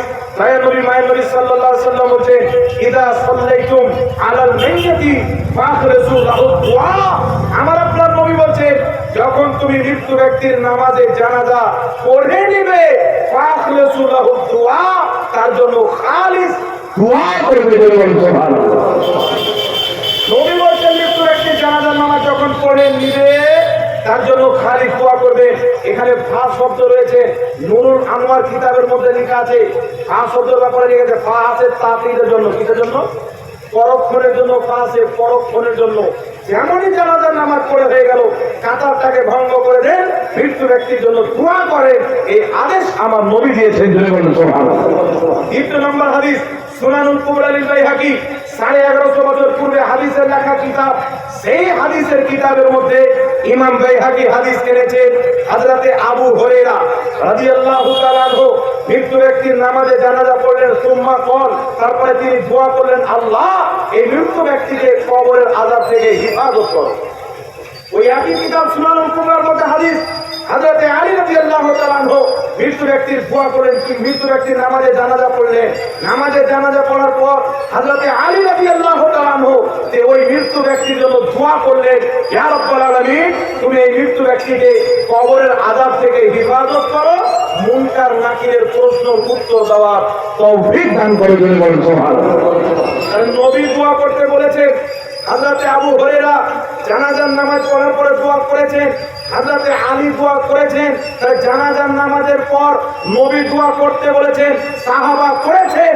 যদি কোনো ব্যক্তি নিজেকে মুসলমান বলে আর বলে জানাজার পরে দোয়া করা যাবে না, ও কি আসলে মুসলমান না ইহুদি মুসলমান? কথা বলেন, ও কি অরিজিনাল মুসলমান না ডুপ্লিকেট? কথা বলতে হবে বাবা। ওই হচ্ছে আসল পথভ্রষ্ট বিদাতি। সুতরাং জানাজার নামাজ পড়ে হয়ে গেল, আপনি মাইয়াতের নামে দোয়া করেন, তারপরে চলে আসেন বিরাদ ইসলাম। একটা প্রশ্ন থেকে গেল যে জানাজার নামাজের পরে সবাই মিলে হাত তুলে দোয়া করা যাবে কিনা? এই হাদিসে আবু বকর, হযরতে আবু হুরায়রা দোয়া করেছে, হযরতে আলী দোয়া করেছে, আমাদের নবী দোয়া করতে বলেছেন, কিন্তু সবাই মিলে হাত তুলে দোয়া করা যাবে কি যাবে না? এই মর্মে বাবা আপনাদেরকে দুটি হাদিস শোনাচ্ছি, একটু লক্ষ্য করে শুনবেন। সর্বপ্রথম হাদিস মুজামুল কবির তাবরানির মধ্যে ইমাম তাবরানি হাদিসটি উল্লেখ করেছেন। মাজমুউ যাওয়াইদের মধ্যে ইমাম হাইসামি হাদিসটি উল্লেখ করেছেন। হাদিসটি উল্লেখ করার পর বলছেন রিজালুত তাবরানি, রাওয়াহুত তাবরানি ফিল কবির রিজালুহুমা সিকাত। হযরত ইমাম হাইসামি বলছেন, ইমাম তাবরানি নিজের মুজামুল কবির তাবরানির মধ্যে যে হাদিসটি উল্লেখ করেছেন, ওই হাদিসের সনদ হচ্ছে সহিহ। হাদিসটি কি? দয়ার নবী মায়ার নবী সাল্লাল্লাহু তাআলা আলাইহি ওয়া আলিহি ওয়া সাল্লাম বলছেন যে যখনই মুসলমান একত্রিত হবে আর সবাই মিলে হাত তুলে আল্লাহর কাছে দোয়া করবে, আল্লাহর কাছে তারা যা চাইবে আল্লাহ তাদেরকে তাই দিবে, বলেন সুবহানাল্লাহ। যখনই মুসলমান জমা হবে, আপনারা বলেন তো বাবা, সহিহ হাদিস থেকে প্রমাণ যখনই মুসলমান জমা হবে। এই মর্মে একাধিক হাদিস আছে, একটা হাদিস যথেষ্ট।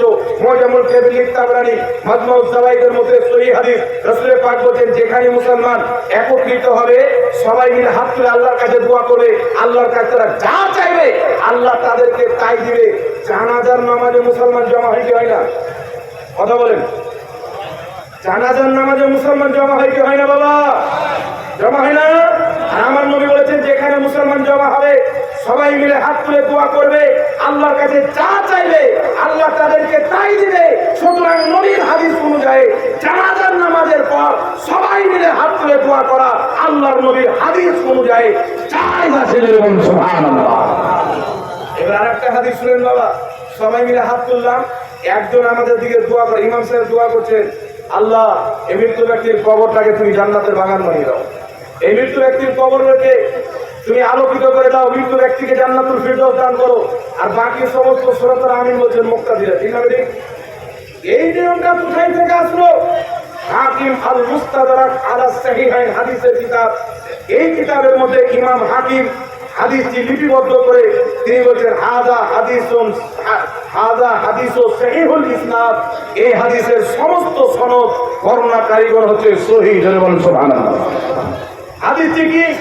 আমার আপনার নবী সাল্লাল্লাহু আলাইহি সাল্লাম বলছেন যেখানে একদল মুসলমান হাত তুলে আল্লাহর কাছে দোয়া করে, দলবদ্ধভাবে মুসলমান হাত তুলে আল্লাহর কাছে দোয়া করে, একজন দোয়া করবে, বাকি সবাই আমিন বলবে, নবী পাক সাল্লাল্লাহু আলাইহি সাল্লাম বলছেন আল্লাহর প্রতি ওয়াজিব হয়ে যাবে তারা যা চাইবে তা দেওয়া।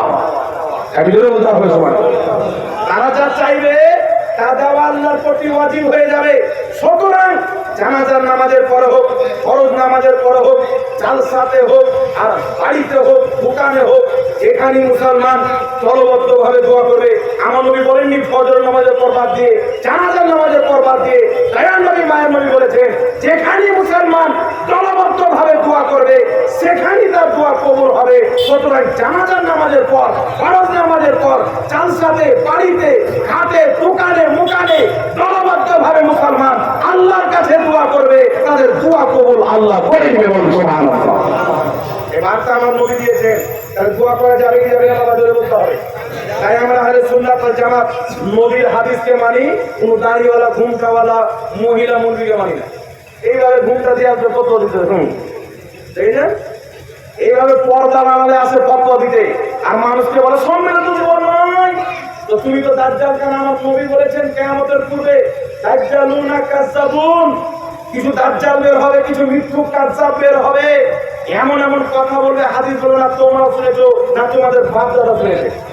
নবীর জামানা থেকে মুসলমান যেখানে সমস্যাতে পড়েছে, মুসলমান আল্লাহর দরবারে সবাই মিলে হাত তুলে দোয়া করেছেন।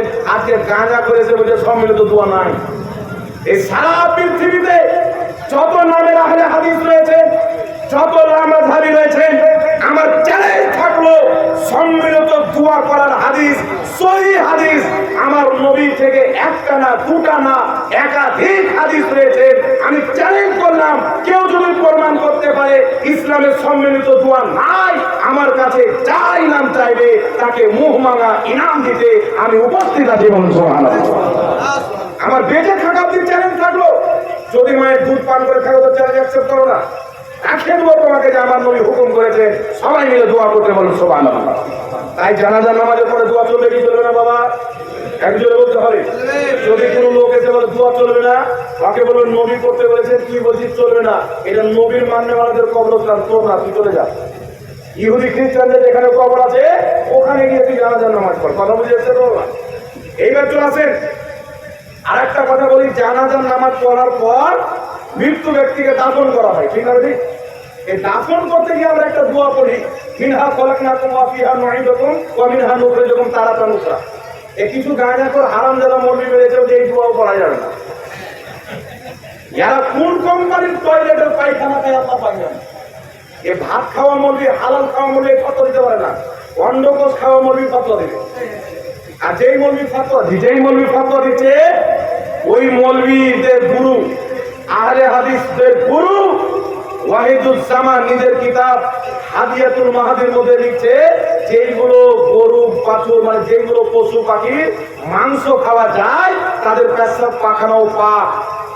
আমার কাছে ভিডিও আছে বাবা, আহলে হাদিস মৌলবী মসজিদের মধ্যে বক্তব্য দিচ্ছে মানুষের বীর্য অপবিত্র না, এটা পবিত্র। নাউযুবিল্লাহ বলবেন না? একটু জোরে নাউযুবিল্লাহ হবে না? বলছে মানুষের বীর্য হচ্ছে পবিত্র। আমরা নাপাক মনে করি, কোরআন পাকে নাপাক বলা হয়নি, কোরআন পাকে তুচ্ছ পানি বলা হয়েছে। তো তুচ্ছ পানি পাককে বলে? এ কোন কোম্পানির দাজ্জাল কেন আপনি চিন্তা করেন তো? আল্লাহ বলছেন তুচ্ছ পানি মানে খারাপ পানি, জঘন্য পানি, নাপাক পানি, ওটাই আল্লাহ বলেছে। আর বলছে আল্লাহ নাপাক বলেননি, তুচ্ছ পানি বলেছে। তবে বীর্যটা পাক আর তার সাথে যে পানি আছে ওটা নাপাক, মানে আসল দুটা পাক আর যারা সাইডে যে পাতলা হয় ওটা না পাক। এইরকম এরা গাঁজাখোর মানুষের ইমানকে ধ্বংস করছে। ইহুদিদের নিকটে বীর্য পাক, আর এরা ইহুদির দিনকে প্রচার করছে। ইসলামের সমস্ত ফুকাহায়ে কেরাম ঐক্যমত আছে যে মানুষের বীর্য হচ্ছে অপবিত্র। জেনে বলতে হবে সুবহানাল্লাহ। আর কি জোরে হবে না সুবহানাল্লাহ? তো বলছে বীর্য যখন পাক জিনিস, পবিত্র জিনিস, হুজুর তারা খাওয়া যাবে। তো লামাধারী বক্তা বলছে পাক আছে, আপনার ইচ্ছা করলে খান, না ইচ্ছা করলে না খান। ভিডিও আছে আমার কাছে, মিথ্যা কথা বলছি না, আল্লাহর কসম দিয়ে বলছি। যে কোনো পশু পাখির মাংস খাওয়া যায়, তার পেশাব পাখানো পাক। আর সুন্নিরা মুরগা খাবে আর মুরগির পাশাও দিয়ে দেবে। এরা কত নোংরা লোক। আপনি মহরমে খিচড়ি করেন, পাক বলবে খাওয়া যাবে না। 40টা চারণ পাক সাহাবা করেছে, খাওয়া যাবে না। ইসলামের সবার সাহাবা করেছে, খাওয়া যাবে না। 12 রবিউল আউয়ালে নবী পাক সাল্লাল্লাহু আলাইহি ওয়াসাল্লামের আগমনের আনন্দতে খাওয়া দাওয়ার ব্যবস্থা করে আল্লাহর শুকরিয়া আদায় করার মাহফিল করেন, বলতে খাওয়া যাবে না। আর মুরগির গু খাওয়া যাবে, মন্দিরের প্রসাদ খাওয়া যাবে, কাউয়ার মাংস খাওয়া যাবে, বীর্য খাওয়া যাবে। তা আমি বলছি বেশি তো যেতে হবে না। আবার বলছে উটের পেশাব পান করা যাবে। তো উট তো হচ্ছে জানোয়ার, না কি বলেন? উট হচ্ছে জানোয়ার আর মানুষ হচ্ছে আশরাফুল মাখলুকাত। যারা বলে উটের পেশাব পান করা যাবে, গরুর পেশাব পান করা যাবে, সেইগুলো পশু পাখির মাংস খাওয়া যায়। সেই লামাযহাবী মৌলবী যে বলেছে আমি তাকে বলছি, যারা বলেনি তাকে বলি না। যে বলছে এদের পেশাব পাখানো পাক, আমি তাদেরকে বলবো গরু বাছুরের পেশাব পাখানা খেও না, আমাদের মাদ্রাসায় বালতি দিয়ে দিও। ছাত্রদেরকে বলে দেবো পেশাব খানায় করিও না, বালতিতে করিও, আর নিয়ে চলে যাও ট্রাক্টরে, ফ্রি, টাকা লাগবে না। নাকি বলেন? আল্লাহ জাতিকে হেদায়েত দান করুন, সকল বলুন আল্লাহুম্মা আমিন। তো বিরাদুল ইসলাম, মৃত্যু ব্যক্তিকে দাফন করতে গিয়ে মিনহা খলাকনাকুম ওয়া ফিহা নুঈদুকুম ওয়া মিনহা নুখরিজুকুম তারাতান উখরা, উক্ত আয়াতটি পাঠ করা যাবে কি যাবে না, আমি আপনাদের সম্মুখে একটি হাদিস পড়ব। আর ফুকাহায়ে কেরাম, মুহাদ্দিসিনে কেরাম যাদেরকে সবাই মানে, যাদের মাধ্যমে আমরা হাদিস পেয়েছি, যাদের মাধ্যমে ইসলামের ইলম পেয়েছি, তারা কি বলেছেন এটা আপনাদের সম্মুখে আমি পেশ করব। লামাযহাবীদের গুরু ইবনে কাসির নিজের কিতাব আল বিদায়া ওয়ান নিহায়ার মধ্যে হাদিসটি উল্লেখ করেছেন। লামাযহাবীদের সবচেয়ে বড় গুরু ইবনে তাইমিয়ার ছাত্র ইবনে কাসির নিজের কিতাব আল বিদায়া ওয়ান নিহায়ার মধ্যে লিখছেন, রাসূল করিম সাল্লাল্লাহু আলাইহি ওয়াসাল্লামের জামানায় যদি কোনো ব্যক্তি মারা যেত, আল্লাহর নবী তাকে মাটি দেওয়ার সময় মিনহা খলাকনাকুম ওয়া ফিহা নুঈদুকুম ওয়া মিনহা নুখরিজুকুম তারাতান উখরা, এই আয়াতটি পাঠ করতে জোরে বলুন সুবহানাল্লাহ। আরেকটু জোরে বলতে হবে সুবহানাল্লাহ। এখন লামাযহাবী বলল যে হাদিসটি দুর্বল, হাদিসটি জয়ীফ, মানে এদের পুঁজির বাইরে যখন হয়ে গেল তখন বলবে জয়ীফ, মানে রাস্তা নাই হাদিস তো বলে দিল তখন বলবে জয়ীফ। তো এদের জয়ীফ ওয়ালাকে মুক্তা মারতে হবে। নবী পাক যখন মৃত্যু ব্যক্তিকে দাফন করার সময় মিনহা খলাকনাকুম আয়াতটি পাঠ করেছেন, সেটি পাঠ করা যাবে কি যাবে না? যেটা নবী করেছেন করা যাবে কি যাবে না? এবার আপনাদের সম্মুখে তিনটি কিতাবের রেফারেন্স দিচ্ছি। যত লামাযহাবী আছে তারা মানুষকে বলে বিসমিল্লাহ বলে মাটি দিতে হবে, মিনহা খলাকনাকুম বলে মাটি দেওয়া মানে নবীকে অপমান করা, বিদাত। কলকাতা থেকে একটা ভেড়া বেরিয়েছে, আপনারা জানেন হয়তো, কলকাতা থেকে একটা কাঠ মিস্ত্রি বেরিয়েছে, কাঠের মিস্ত্রি হুট করে বক্তা হয়ে গেছে, তাই উল্টা পুল্টা ফাতোয়া মারছে। ওই মিনহা খলাকনাকুম বলে মাটি দেওয়া মানে নবীকে অপমান করা। কি বলে মাটি দিতে হবে? বিসমিল্লাহ বলে। কিন্তু লামাযহাবীরা নিজের বাড়ির খবর রাখে না। আমি বলছি তাদের জুতা তাদের গালে। একটু লক্ষ্য করবেন, লামাযহাবীদের সবচাইতে বড় মুফতি আজমের সৌদি আরব ইবনে বাজ, সমস্ত আহলে হাদিস যার কিতাব পড়ে ফাতোয়া দেয়, যাকে নিজের রুহানি বাপ মনে করে, ইবনে বাজ নিজের কিতাব মাজমুআ ফাতাওয়ার মধ্যে লিখেছেন। তাকে জিজ্ঞাসা করা হলো সওয়াল, মিনহা খলাকনাকুম ওয়া ফিহা নুঈদুকুম ওয়া মিনহা নুখরিজুকুম তারাতান উখরা, ইনদা দাফন, মৃত্যু ব্যক্তিকে দাফন করার সময় উক্ত আয়াতটি পাঠ করা কি? লামাযহাবীদের সারা পৃথিবী সবচাইতে বড় মুফতি ইবনে বাজ বলছেন হাযা সুন্নাতুন, মৃত্যু ব্যক্তিকে দাফন করার সময় মিনহা খলাকনাকুম এই আয়াতটি পাঠ করা নবী মুস্তাফার সুন্নাত। সুবহানাল্লাহ। আরেকটু জোরে বলতে হবে সুবহানাল্লাহ। তাদের বড় বাপ লিখছে সুন্নাত, আর ঘুমটাওয়ালা মহিলা মৌলবি হচ্ছে বিদআত। কাটা মানবেন জি। তারপরে চলে আসেন বিশ্ববিখ্যাত মুহাদ্দিস, বিশ্ববিখ্যাত ইমাম নববী রাহমাতুল্লাহ আলাইহি, সকলের নিকটে গ্রহণযোগ্য, সবাই ইমাম মানেন। ইমাম নববী রাহমাতুল্লাহ আলাইহি নিজের কিতাব আল আযকার বাইরুত লেবাননের ছাপ, এই কিতাবের মধ্যে উল্লেখ করেছে, আলহামদুলিল্লাহ কিতাবটি আমার কাছে রয়েছে। ইমাম নববী বলেন মৃত্যু ব্যক্তিকে দাফন করার সময় মিনহা খলাকনাকুম ওয়া ফিহা নুঈদুকুম ওয়া মিনহা নুখরিজুকুম তারাতান উখরা, এই আয়াতটি পাঠ করা ইমাম নববী বলেন মুস্তাহাব। জোরে বলুন সুবহানাল্লাহ। সওয়াবের কাজ, নেকির কাজ। তারপরে চলে আসেন ইমামুল্লাহ আলী কারি মিশকাতের সারা মিরকাতের মধ্যে বলছে মৃত্যু ব্যক্তিকে দাফন করার সময় মিনহা খলাকনাকুম ওয়া ফিহা নুঈদুকুম ওয়া মিনহা নুখরিজুকুম তারাতান উখরা, এই আয়াতটি পাঠ করা মুস্তাহাব। জোরে বলতে হবে সুবহানাল্লাহ। তাহলে কেউ সুন্নাত বলছেন, কেউ মুস্তাহাব বলছেন, নাজায়েজ কেউ বলেননি, বিদআত কেউ বলেননি। 1450 বছর থেকে মুসলমান এই আয়াতটি পড়ে মৃত্যু ব্যক্তিকে কবর দিয়েছেন, দাফন করেছেন। সারা পৃথিবীর মুসলমান ভুল। আর এই গাঁজাখোর দুটা মহিলা মন্দির ঠিক ঠিক সবাই ভুলে গেছে। বড় বড় মুহাদ্দিস ফতোয়া যেটা দিয়েছে ওটাই সঠিক, নবীর হাদিস সঠিক, কিন্তু কিয়ামত পর্যন্ত মিনহা খলাকনাকুম আয়াতটি পাঠ করা যাবে না।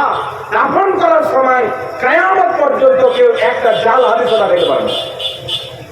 মরে কবরে চলে যাবে, দেখাতে পারবে না, আরো মিনহা খলাকনাকুম হয়ে যাবে, কিন্তু দেখানো সম্ভব হবে না। কিন্তু মিনহা খলাকনাকুম এই আয়াতটি, উক্ত আয়াতটি দাফন করার সময় পাঠ করা যাবে। কেউ সুন্নাত বলেছেন, কোন ইমাম মুস্তাহাব বলেছেন, এটা দলিল দ্বারা প্রমাণিত। সুবহানাল্লাহ। আরেকটু যদি হবে না সুবহানাল্লাহ। তাই যারা বলছে আয়াতটি করা যাবে না, এদের বানানো ফতোয়া। কোন কিতাবের নাই। আমি চ্যালেঞ্জ করলাম, একটা কোন কিতাবের রেফারেন্স দিতে পারবে না, তাহলে বানানো ফতোয়া মানবেন না কিতাবের? কথা বলতে হবে বাবা, বানানো ফতোয়া মানবেন না কিতাবের? যত বানানো ফতোয়া আছে ওয়াহাবিরা নিয়ে নিবে, আর কিতাবের ফতোয়া আহলে সুন্নাত ওয়াল জামাত সুন্নিরা নিবে। বলুন সুবহানাল্লাহ।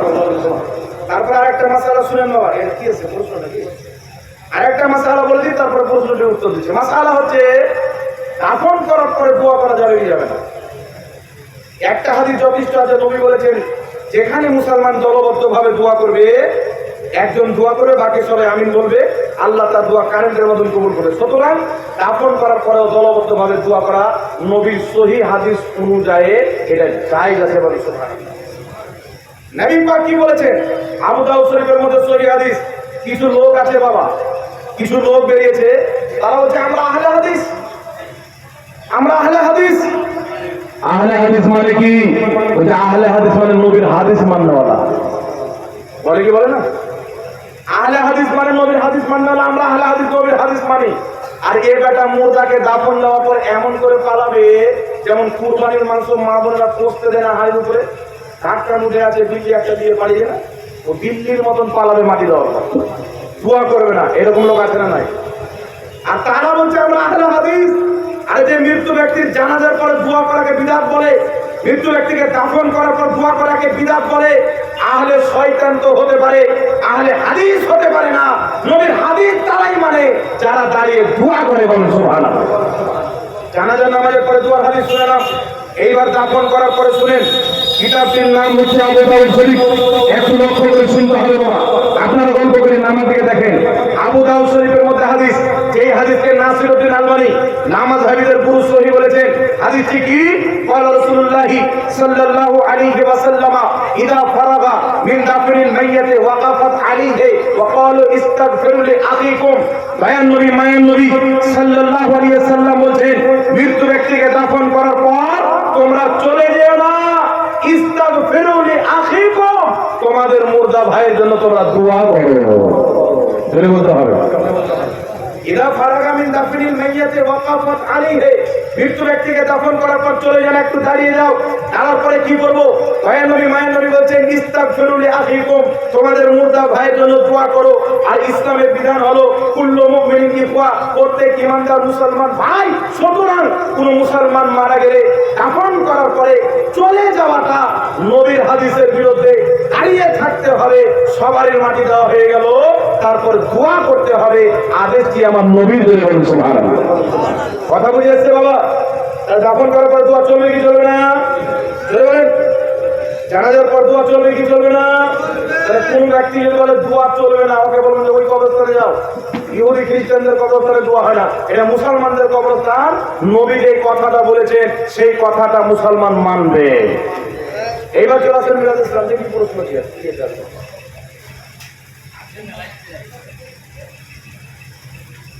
সালাম নেবেন। ওয়ালাইকুম আসসালাম রহমতুল্লাহ বারাকাতুহু। আমার জানার বিষয় হলো ফজর সালাতে একামতের সময় মুসাল্লি বসে থাকবে না উঠে দাঁড়াবে, কোনটা সঠিক বুঝিয়ে দিবেন। একামতের সময় সবাই মিলে দাঁড়িয়ে যাবে না বসে থাকবে? দেখেন, একামতের সময়তে সঙ্গে সঙ্গে দাঁড়িয়ে যাওয়া, এটা হচ্ছে বিদআতে মাকরুহা। বিদআত হলো 5 প্রকার। ফাতোয়া শামীর মধ্যে ইমাম ইবনে আবিদিন শামী উল্লেখ করেছেন। ইমাম নববী রাহমাতুল্লাহ আলাইহি আপনার মুসলিম শরীফের সারার মধ্যে উল্লেখ করেছেন, আল বিদআতু আকসামু 50। বিদআত হচ্ছে 5 প্রকার। কত প্রকার?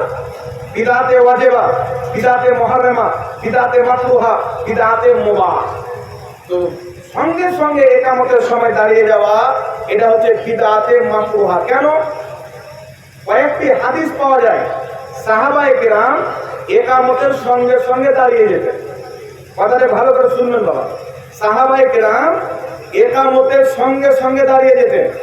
দয়াল নবী মায়ের নবী সাল্লাল্লাহু আলাইহি সাল্লাম একদিন হুজরা থেকে বেরিয়ে দেখছেন যে সঙ্গে সঙ্গে সাহাবী দাঁড়িয়ে গেছে। তখন দয়াল নবী মায়ের নবী বললেন, হাদিসটি বুখারী শরীফের মধ্যে, হাদিসটি তিরমিজি শরীফের মধ্যে, রাসূল পাক বলেছেন লা তাকুমু হাত্তা তারাউনি, অতক্ষণ পর্যন্ত দাঁড়াবে না যতক্ষণ পর্যন্ত না আমাকে দেখবে। সুবহানাল্লাহ হবে না? অতক্ষণ পর্যন্ত দাঁড়াবে না যতক্ষণ পর্যন্ত না আমাকে দেখবে।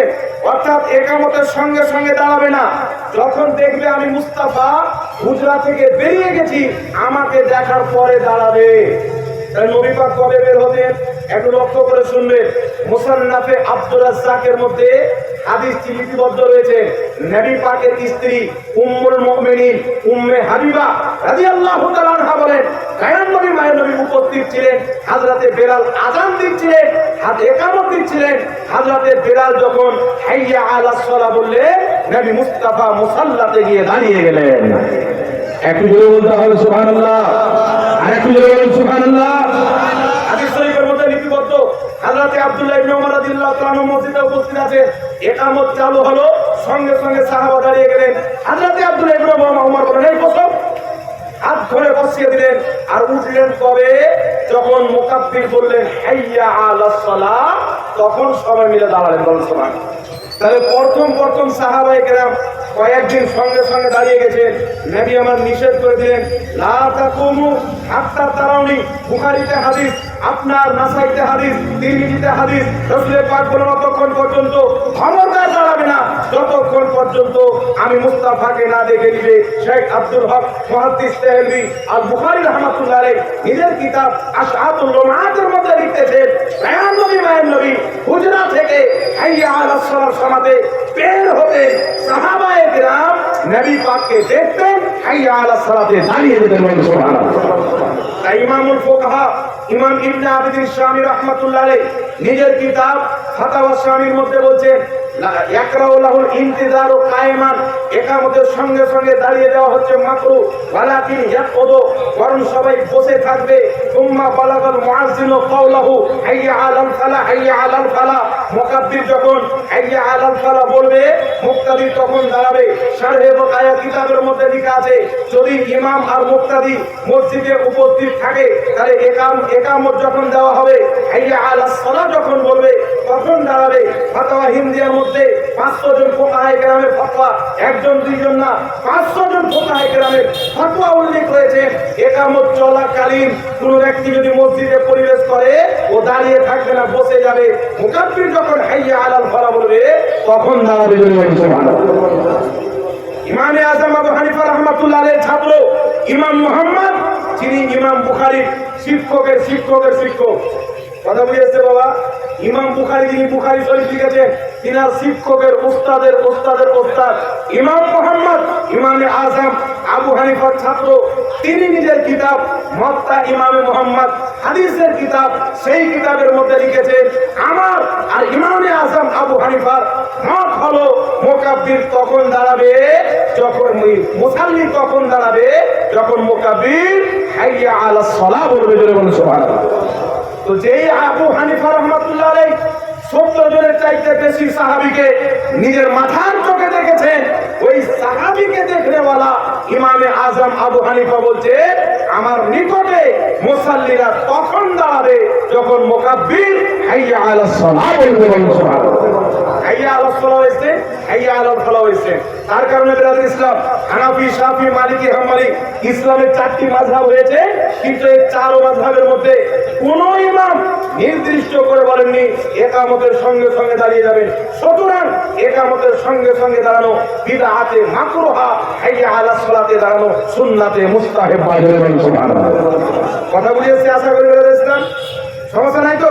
তাই দাঁড়াতে কবে হবে? হাইয়া আলাস সালার সময়। যারা আগে দাঁড়িয়ে গেছেন তাদের কর্তব্য তারা বসে যাবে, কারণ আমার নবী নিষেধ করেছে। তারপরে দ্বিতীয় প্রশ্ন, তাবলীগ করা এরা কি জান্নাতে যাবে না জাহান্নামে যাবে? তবলীগী জামাত হচ্ছে দেওবন্দি মতের একটা সংগঠন। যেমন আমাদের সুন্নি মতের সংগঠন হচ্ছে দাওয়াতে ইসলামী, সুন্নি দাওয়াতে ইসলামী, ঠিক আছে? সেরকম ওদের একটা সংগঠন হচ্ছে তবলীগী জামাত। তো তবলীগী জামাতের যিনি প্রতিষ্ঠাতা ইলিয়াস কান্দেওয়ালি সাহেব বলছেন, নিজের কিতাবে লিখছেন যে আমি তবলিগি জামাতের বুনিয়াদ ভিত এই জন্য রেখেছি যেন আশরাফ আলী থানভীর তালেমাতকে, তার শিক্ষাগুলিকে আগে বাড়ানো যায়। আশরাফ আলী থানভীর শিক্ষা কি ছিল? তার মুরিদ কলমা করেছে লা ইলাহা ইল্লাল্লাহ আশরাফ আলী রাসূলুল্লাহ। আশরাফ আলী থানভীর লেখা কিতাব আল ইমদাদের 36 পৃষ্ঠার মধ্যে আছে। আজ থেকে 40 বছর পূর্বের ছাপ আল ইমদাদ আমার কাছে আছে। আজ থেকে 2 বছর পূর্বের ছাপ, সেটাও আল ইমদাদ আমার কাছে আছে। তো তাকে পাঠালো, হুজুর আমি স্বপ্নতে পড়েছি লা ইলাহা ইল্লাল্লাহ আশরাফ আলী রাসূলুল্লাহ। ঘুম ভেঙে যাওয়ার পর জাগার পরেও পড়েছি লা ইলাহা ইল্লাল্লাহ আশরাফ আলী রাসূলুল্লাহ। তো আমি কি ঠিক করেছি? আশরাফ আলী থানভী বলছেন যে এটা তোমাকে মানে সন্তুষ্ট ছিল যে তুমি যে আমার কলমা পড়ছো, আমি সুন্নাত মোতাবিক আমল করি, তাই আমার নামে কলমা পড়ছো। তাহলে কোন ব্যক্তি যদি সুন্নাত মোতাবিক আমল করে তার নামে কলমা পড়া যাবে? জোরে বলেন যাবে? ওই আশরাফ আলী থানভী নিজের কিতাব হিফজুল ঈমান পৃষ্ঠা নম্বর 8 দেওবন্দের ছাপ নিজের কিতাবের মধ্যে লিখছে নবী পাকের যতটুকু ইলমের গায়েব আছে ততটুকু ইলম প্রত্যেক জানোয়ারকে আছে, প্রত্যেক বাচ্চাকে আছে, প্রত্যেক পাগলকে আছে। বলে নাউযুবিল্লাহ। তাহলে কেউ যদি বলে নবীর মতো ইলম প্রত্যেক বাচ্চা, প্রত্যেক পাগল, প্রত্যেক জানোয়ার কাছে, লোকটা মুসলমান হবে না কাফির হবে? ঈমান থাকবে। সুতরাং তবলিগি জামাতের আইডিওলজি হলো তারা আশরাফ আলী থানভীকে, দেওবন্দ মাদ্রাসার প্রতিষ্ঠাতাকে, খলিল আহমদ আমরেটিকে, রশিদ আহমদ গাঙ্গুহিকে অনুসরণ করে, তার আকীদা প্রচার করে। আর রশিদ আহমদ গাঙ্গুহির আকীদা ফাতাওয়া রশিদিয়া 83 পৃষ্ঠার মধ্যে লিখেছেন আল্লাহ মিথ্যা বলতে পারে। খলিল আহমদ আমরেটির আকীদা কিতাবের নাম বারাহিনে কাতিয়াত 121 নম্বর পৃষ্ঠার মধ্যে লিখেছে নবীর জ্ঞান চাইতে শয়তানের জ্ঞান বেশি। দেওবন্দ মাদ্রাসার প্রতিষ্ঠাতা আপনার কাসিম নানতবী নিজের কিতাব তাহজিরুন নাসের মধ্যে লিখেছে উম্মতি আমল করে নবীর চাইতে বড় হতে পারে, প্লাস আমাদের নবীর পরে নতুন নবী জন্ম নিতে পারে। তাহলে এইগুলো আকীদা মুসলমানের হতে পারে? আর জোরে বলতে হয় মুসলমানের হতে পারে। তাহলে আপনি যদি চান আমি তাবলীগ করে মানুষকে নামাজের কথা বলবো, রোজার কথা বলবো, এর চাইতে বড় ইবাদতের কাজ হয় না, তবে তবলীগি জামাতে জড়িত হয়ে যাওয়া হচ্ছে হারাম। কারণ তাদের আকীদা আল্লাহ বিরোধী, নবী বিরোধী। তাদের আকীদা আল্লাহ মিথ্যা বলতে পারে। যেই ব্যক্তি আকীদা আল্লাহ মিথ্যা বলতে পারে, আকীদাতুত তাহাবীর মধ্যে স্পষ্ট লেখা আছে যেই বলবে আল্লাহর কুদরতে মিথ্যা আছে ওই ব্যক্তি কাফির হয়ে যাবে। কারণ মিথ্যা বলা এক, আল্লাহ প্রত্যেক এক থেকে পাক। কথা বুঝেছে তো বাবা? তো অনেক রকম নোংরা আকীদা।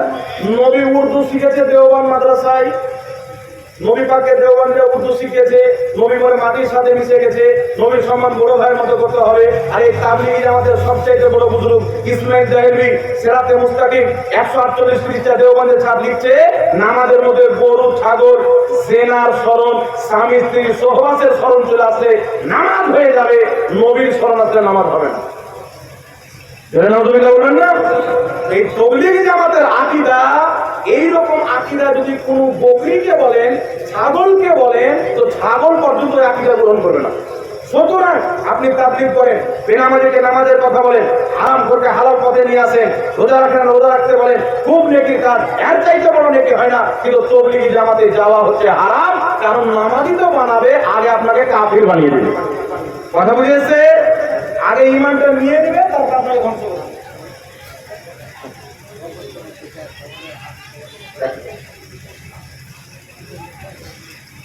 তারপরে আর একটা প্রশ্ন,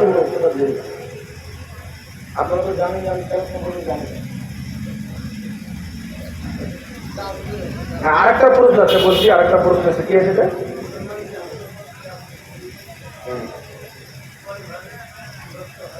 মুসলমান কিয়ামতের দিন কয় ভাগে বিভক্ত হবে? কোন দল জান্নাতে যাবে? আচ্ছা বলেন তো বাবা, কেউ যদি কোরআনের বিপক্ষে ফতোয়া দেয়, হাদিসের বিপক্ষে ফতোয়া দেয়, ও জান্নাতে যাবে না যে কোরআন হাদিসের পক্ষে সে জান্নাতে যাবে? এতক্ষণ বক্তব্য দিলাম, বুঝতে পারলেন? নবী বলছেন জানাজার পর দোয়া করো, সাহাবা করেছেন দাফন করার দোয়া করো, আর এরা বলছে দোয়া করা বিদআত। এখন তো জাহান্নামী হয়ে গেল, তো কিয়ামতে জান্নাতি হবে? কথা বলেন। আরেকটা কথা শুনেন, এরা কোরআনের বিরুদ্ধে ফতোয়া দেয়। সমস্ত আহলে হাদিসের এখন আপনা বাপ হলো আব্দুর রাজ্জাক বিন ইউসুফ, নামটা শুনেছেন? এটা বাংলাদেশের গাঁজা কর্মী আছে আব্দুর রাজ্জাক বিন ইউসুফ, ওর বক্তব্য শুনে মনে হবে সব শুনে মদ পান করে আছে। এত উল্টা উল্টা বলে। ওই ব্যক্তি হচ্ছে বিনা উজিতে কোরআন ধরা যায়, মহিলারা ঋতু অবস্থায় অপবিত্রতা অবস্থায় কোরআন ধরে পড়ে। এ বক্তব্য আছে আমার মোবাইলে, কিন্তু আল্লাহ কোরআন পাকে বলছে লা ইয়ামাসসুহু ইল্লাল মুতাহহারুন, এই কোরআনকে অপবিত্র ব্যক্তি স্পর্শ করতে পারে না, পবিত্র ব্যক্তি এই কোরআনকে ছুঁইতে পারে। বলুন সুবহানাল্লাহ। কথা বুঝেছে কিনা বাবা? সহিহ হাদিস ইবনে মাজাহ শরীফের মধ্যে আরো অনেক কিতাবের মধ্যে নবী পাক বলেছেন তোমরা গরু বা উটে 7 ভাগে কুরবানি দাও, আর এই দাজ্জাল কানা হচ্ছে 7 ভাগে কুরবানি দেওয়া যাবে না। কথা বুঝেছে? তাহলে নবী এবং কোরআনের মসলাকে মিটিয়ে নিজের বাপ দাদার দিন চালু করতে চায়। আর যে আহলে হাদিস জমাতটা আছে এটা পুরো জাল জমাত, এর মধ্যে কোনো ইসলামের ভিত্তি নাই। সুতরাং এই যত মতবাদ আছে সবাই হচ্ছে জাহান্নামী দল, একমাত্র একটি দল জান্নাতি। যেই দলে খাজা মঈনুদ্দিন চিশতি এসেছে, আব্দুল কাদের জিলানী এসেছে, নিজামুদ্দিন আউলিয়া এসেছে, কুতুবউদ্দিন বখতিয়ার কাকি এসেছে, জান্নাতি হওয়ার জন্য এতটুকু আপনি বুঝে নেবেন যত ওলি আউলিয়া সুন্নিদের মধ্যে ওয়াহাবিদের মধ্যে কোনো ওলি নাই। কথা বুঝেছো তো বাবা? যত লোক ওলি হয়েছেন আল্লাহ বেলায়েত যাকে দান করেছেন সব সুন্নিকে, ওয়াহাবিকে দান করেনি। সুতরাং এখান থেকে বোঝা যায় সুন্নি জামাতি জান্নাতি। সুবহানাল্লাহ। আর এটা শুধু বোঝা যায় না, এটা নবীর গ্যারান্টি, সাহাবার গ্যারান্টি। আহলে সুন্নাত ওয়াল জামাত জান্নাতি, যার শর্ট নাম হলো সুন্নি মুসলমান, যাদের আকীদা নবীর আকীদা, সাহাবার আকীদা, সালফে সালেহিনের আকীদা, এই আকীদাটাই হচ্ছে 1450 বছর পুরাতন আকীদা। সুতরাং আহলে সুন্নাত ওয়াল জামাত ব্যতীত যত দল আছে সব জাহান্নামী দল। এবার মাত্র দুটো কথা বলছি বাবা, একটু লক্ষ্য করেন, ধ্যান দেন এই কথাটা, ধ্যান দেন। আহলে হাদিস দলের প্রতিষ্ঠাতা বাবা, ও বাবা খালু এলে গেছেন নাকি? আমারও টাইম হয়ে গেছে, 2 ঘন্টা হয়ে গেল, তারিখ শেষ হয়ে গেছে। শুনেন কি বোঝা গেল? আহলে হাদিস দল জাহান্নামী কেন, দেওবন্দি দল জাহান্নামী কেন? আমি বললাম দেওবন্দির আকীদা কি? নবীর জ্ঞান চাইতে শয়তানের জ্ঞান বেশি। এরকম আকীদা রাখলেওয়ালা জান্নাতে না জাহান্নামী? আল্লাহ মিথ্যা বলতে পারে, এইরকম আকীদা রাখলেওয়ালা জান্নাতে না জাহান্নামী? আরো অনেক আকীদা আছে। আহলে হাদিস দলের প্রতিষ্ঠাতা মুহাম্মদ বিন আব্দুল ওয়াহাব নজদি নিজের কিতাবুত তাওহীদের মধ্যে লিখেছে আদম আলাইহিস সালামও শিরক করেছেন। নাউজুবিল্লাহ বলেন না? মুহাম্মদ বিন আব্দুল ওয়াহাব নজদি লিখছে কিতাবুত তাওহীদের মধ্যে যে আদম আলাইহিস সালামও শিরক করেছেন। আর ইসলামের আকীদা হচ্ছে আল আম্বিয়া ও মাসুমুন, প্রত্যেক নবী মাসুম, কোনো ছোট গুনাহ কোনো বড় গুনাহ নবীদেরকে স্পর্শ করতে পারে না। শিরক করা সবচাইতে বড় গুনাহ। তো আদম নবীকে সবচাইতে বড় পাপী মেনে জান্নাতীরা জাহান্নামী হলো, জান্নাতি হলো জাহান্নামী হলো। তো যে দলের প্রতিষ্ঠাতা জাহান্নামী, ওর অনুসারীরা জান্নাতে যাবে। আমার নবী বলেছেন যে যাকে ভালোবাসবে সে তার সাথে জান্নাতে থাকবে, যে কাফিরকে ভালোবাসবে তার সাথে জাহান্নামে যাবে, যে যাকে ভালোবাসবে তার হাসর তার সাথে হবে। আমরা জান্নাতি আব্দুল কাদের জিলানীকে ভালোবাসি, আমরা জান্নাতি মঈনুদ্দিন চিশতিকে ভালোবাসি, সাহাবাকে ভালোবাসি, আহলে বাইতকে ভালোবাসি। আমাদের ঠিকানাও জান্নাতের। সুবহানাল্লাহ। আর একটু যেটা হবে না সুবহানাল্লাহ। সুতরাং সুন্নি জামাতবাদী যত মতবাদ আছে আল্লাহ এবং আল্লাহর নবীর দুস্তাকি করার জন্য, বেয়াদবি করার জন্য তারা হচ্ছে জাহান্নামী। যেমন আব্দুর রাজ্জাক বিন ইউসুফ বলছে নবীর মুখ দিয়ে দুর্গন্ধ বের হবে। এর চাইতে বড় কুফরি কিছু হতে পারে? ধরে বলে বলছে নবী কবরে মরা মানুষ পড়ে আছে, নবী কিয়ামতে নিজে ফ্যাল করে তাকিয়ে থাকবে, আমার নেকির পাল্লা ভারী হচ্ছে না আমার গুনার পাল্লা ভারী হচ্ছে? আমার নবীর গুনাহ আছে বাবা? আমার নবী ফ্যাল করে তাকাবে? ফ্যাল করে ওর মতন কুকুর তাকাবে? নবী যদি কবরের দিকে মহব্বতের দৃষ্টিতে তাকিয়ে নেয়, যদি কাফির বেঈমান থাকে আল্লাহ তাকে ঈমান দান করে। বলেন সুবহানাল্লাহ। আর একটু জোরে বলতে হবে সুবহানাল্লাহ। ও জাহান্নামের দিকে রহমতের দৃষ্টিতে নবী যদি তাকিয়ে নেয়, মহান রব্বুল আলামিন তাকে হেদায়েত দিয়ে জান্নাতি বানিয়ে দেয়। আর এই বছর নবী ফ্যাল করে তাকাবে, আমার নেকির পাল্লা বাড়িতে না গুনার পাল্লা। আর এই দাজ্জাল কানাফের কিছু লোক ভক্ত আছে, এর কিছু লোক ভক্ত আছে, আর আমি এর বিরুদ্ধে বললাম তো আমাকে অনেক লোক কমেন্টে গালি দিবে, যে নবীর বিরুদ্ধে বললো এ হারামজাদাদেরকে খুব ভালো লাগে। তো বলেন তো বাবা, নবীর যে বিরুদ্ধে বলবে তার বিরুদ্ধে বলা নেকি না গুনাহ? ঠিক নেকির কাজ। রাসূলুল্লাহর বিরুদ্ধে বলনেওয়ালা আপন বাপ যদি থাকে, মা যদি থাকে, ভাই যদি থাকে, তার সাথে কোনো আপস সম্পর্ক মুসলমানের থাকতে পারে না। আল্লাহ কোরআন পাকে বলেছে, হে ঈমানদার, যদি তোমার ভাই, যদি তোমার বাপ আল্লাহ রাসূলের বিরোধিতা করে তাহলে তোমার তার সাথে কোনো সম্পর্ক থাকতে পারে না। বলুন সুবহানাল্লাহ। কোরআন পাকে আল্লাহ বলেছেন তার কারণে আবু উবাইদা বিন জাররাহ নিজের পিতাকে হত্যা করেছেন নবীর বিপক্ষে হওয়ার কারণে। নবী বলেছেন তুমি তোমার বাপকে হত্যা করেছো, আল্লাহ আল্লাহ রাসূলের মহব্বতে আল্লাহ তোমার প্রতি জান্নাত ওয়াজিব করে দিয়েছে, বলুন সুবহানাল্লাহ। সুতরাং যারা আল্লাহ রাসূলের বিরুদ্ধে আকীদা রেখেছেন, ওয়াহাবি, দেওবন্দি, আহলে হাদিস নামধারী, এই সমস্ত জাহান্নামী ফিরকা, এই ফিরকা থেকে নিজের ঈমানকে বাঁচিয়ে রাখবেন, আহলে সুন্নাত ওয়াল জামাতে অটলভাবে কায়েম থাকবেন। কথা বুঝেছে বাবা? আপনাকে বলবে যে আর শুনলে তো মাজার পূজা করে, বলবে আপনারা বলেন তো বাবা, আমাদের কোন মৌলবি আজ পর্যন্ত বলেছে মাজারকে সিজদা করা যায়? শুনেছেন? বলেছে আল্লাহ ব্যতীত কোন ওলি তো ওলি, কোন নবীকে সাজদা করা পর্যন্ত হারাম। এটা সুন্নিদের আকীদা। কোন গাঁজা করে গিয়ে সাজদা করে দিলে সুন্নিদের কি হলো? ঠিক না বেঠিক? ইসলামে দারু পান করা যায় না না যায়? চলে বলে ইসলামে দারু পান করা যায় না না যায়? মুসলমান পান করে কি করে না? তো মুসলমান যদি দারু পান করে তো কি ইসলামটা খারাপ হয়ে যাবে? ঠিক ওরকম সুন্নি জামাতে আল্লাহ ব্যতীত কাউকে সাজদা করা যাবে না। কেউ যদি মাজারে সাজদা করে, কোন পীরের কাছে সাজদা করে, ওর পীরও জাহান্নামী, মুরিদও জাহান্নামী। কথা বুঝেছে? এটাই হচ্ছে সুন্নি জামাতের আকীদা। একজন 100 টাকা, আরেকজন 100 টাকা দান দিয়েছে। যাই হোক বিরাদ ইসলাম, যেগুলো বক্তব্য রাখা হলো আপনারা আমল করবেন। আর আমি আপনাদের কাছে আবেদন করব 100 টাকা করে 10 জন বাবা ভাই আমার দেন। 100 টাকা করে 10 জন, একটু তাড়াতাড়ি বাবা, লেট করি না, একটু তাড়াতাড়ি আছে। 100 টাকা করে নাই? যদি না থাকে তো আসলে আমি ধার দেবো, আমার কাছে ধার দিয়ে দিই। কি নাম বাবা আপনার? এই দেখেন বাবুজির নাম বলতে হবে না, আল্লাহ তো নাম জানলেওয়ালা। 100 টাকা দান দিয়েছেন, আল্লাহ তো একজন, একটু তাড়াতাড়ি চলে আসেন। মা বাপের নামে আমি দান করছি, আল্লাহ আমার মা বাপের পক্ষ থেকে সওয়াব আল্লাহ আপনার মায়ের কবরে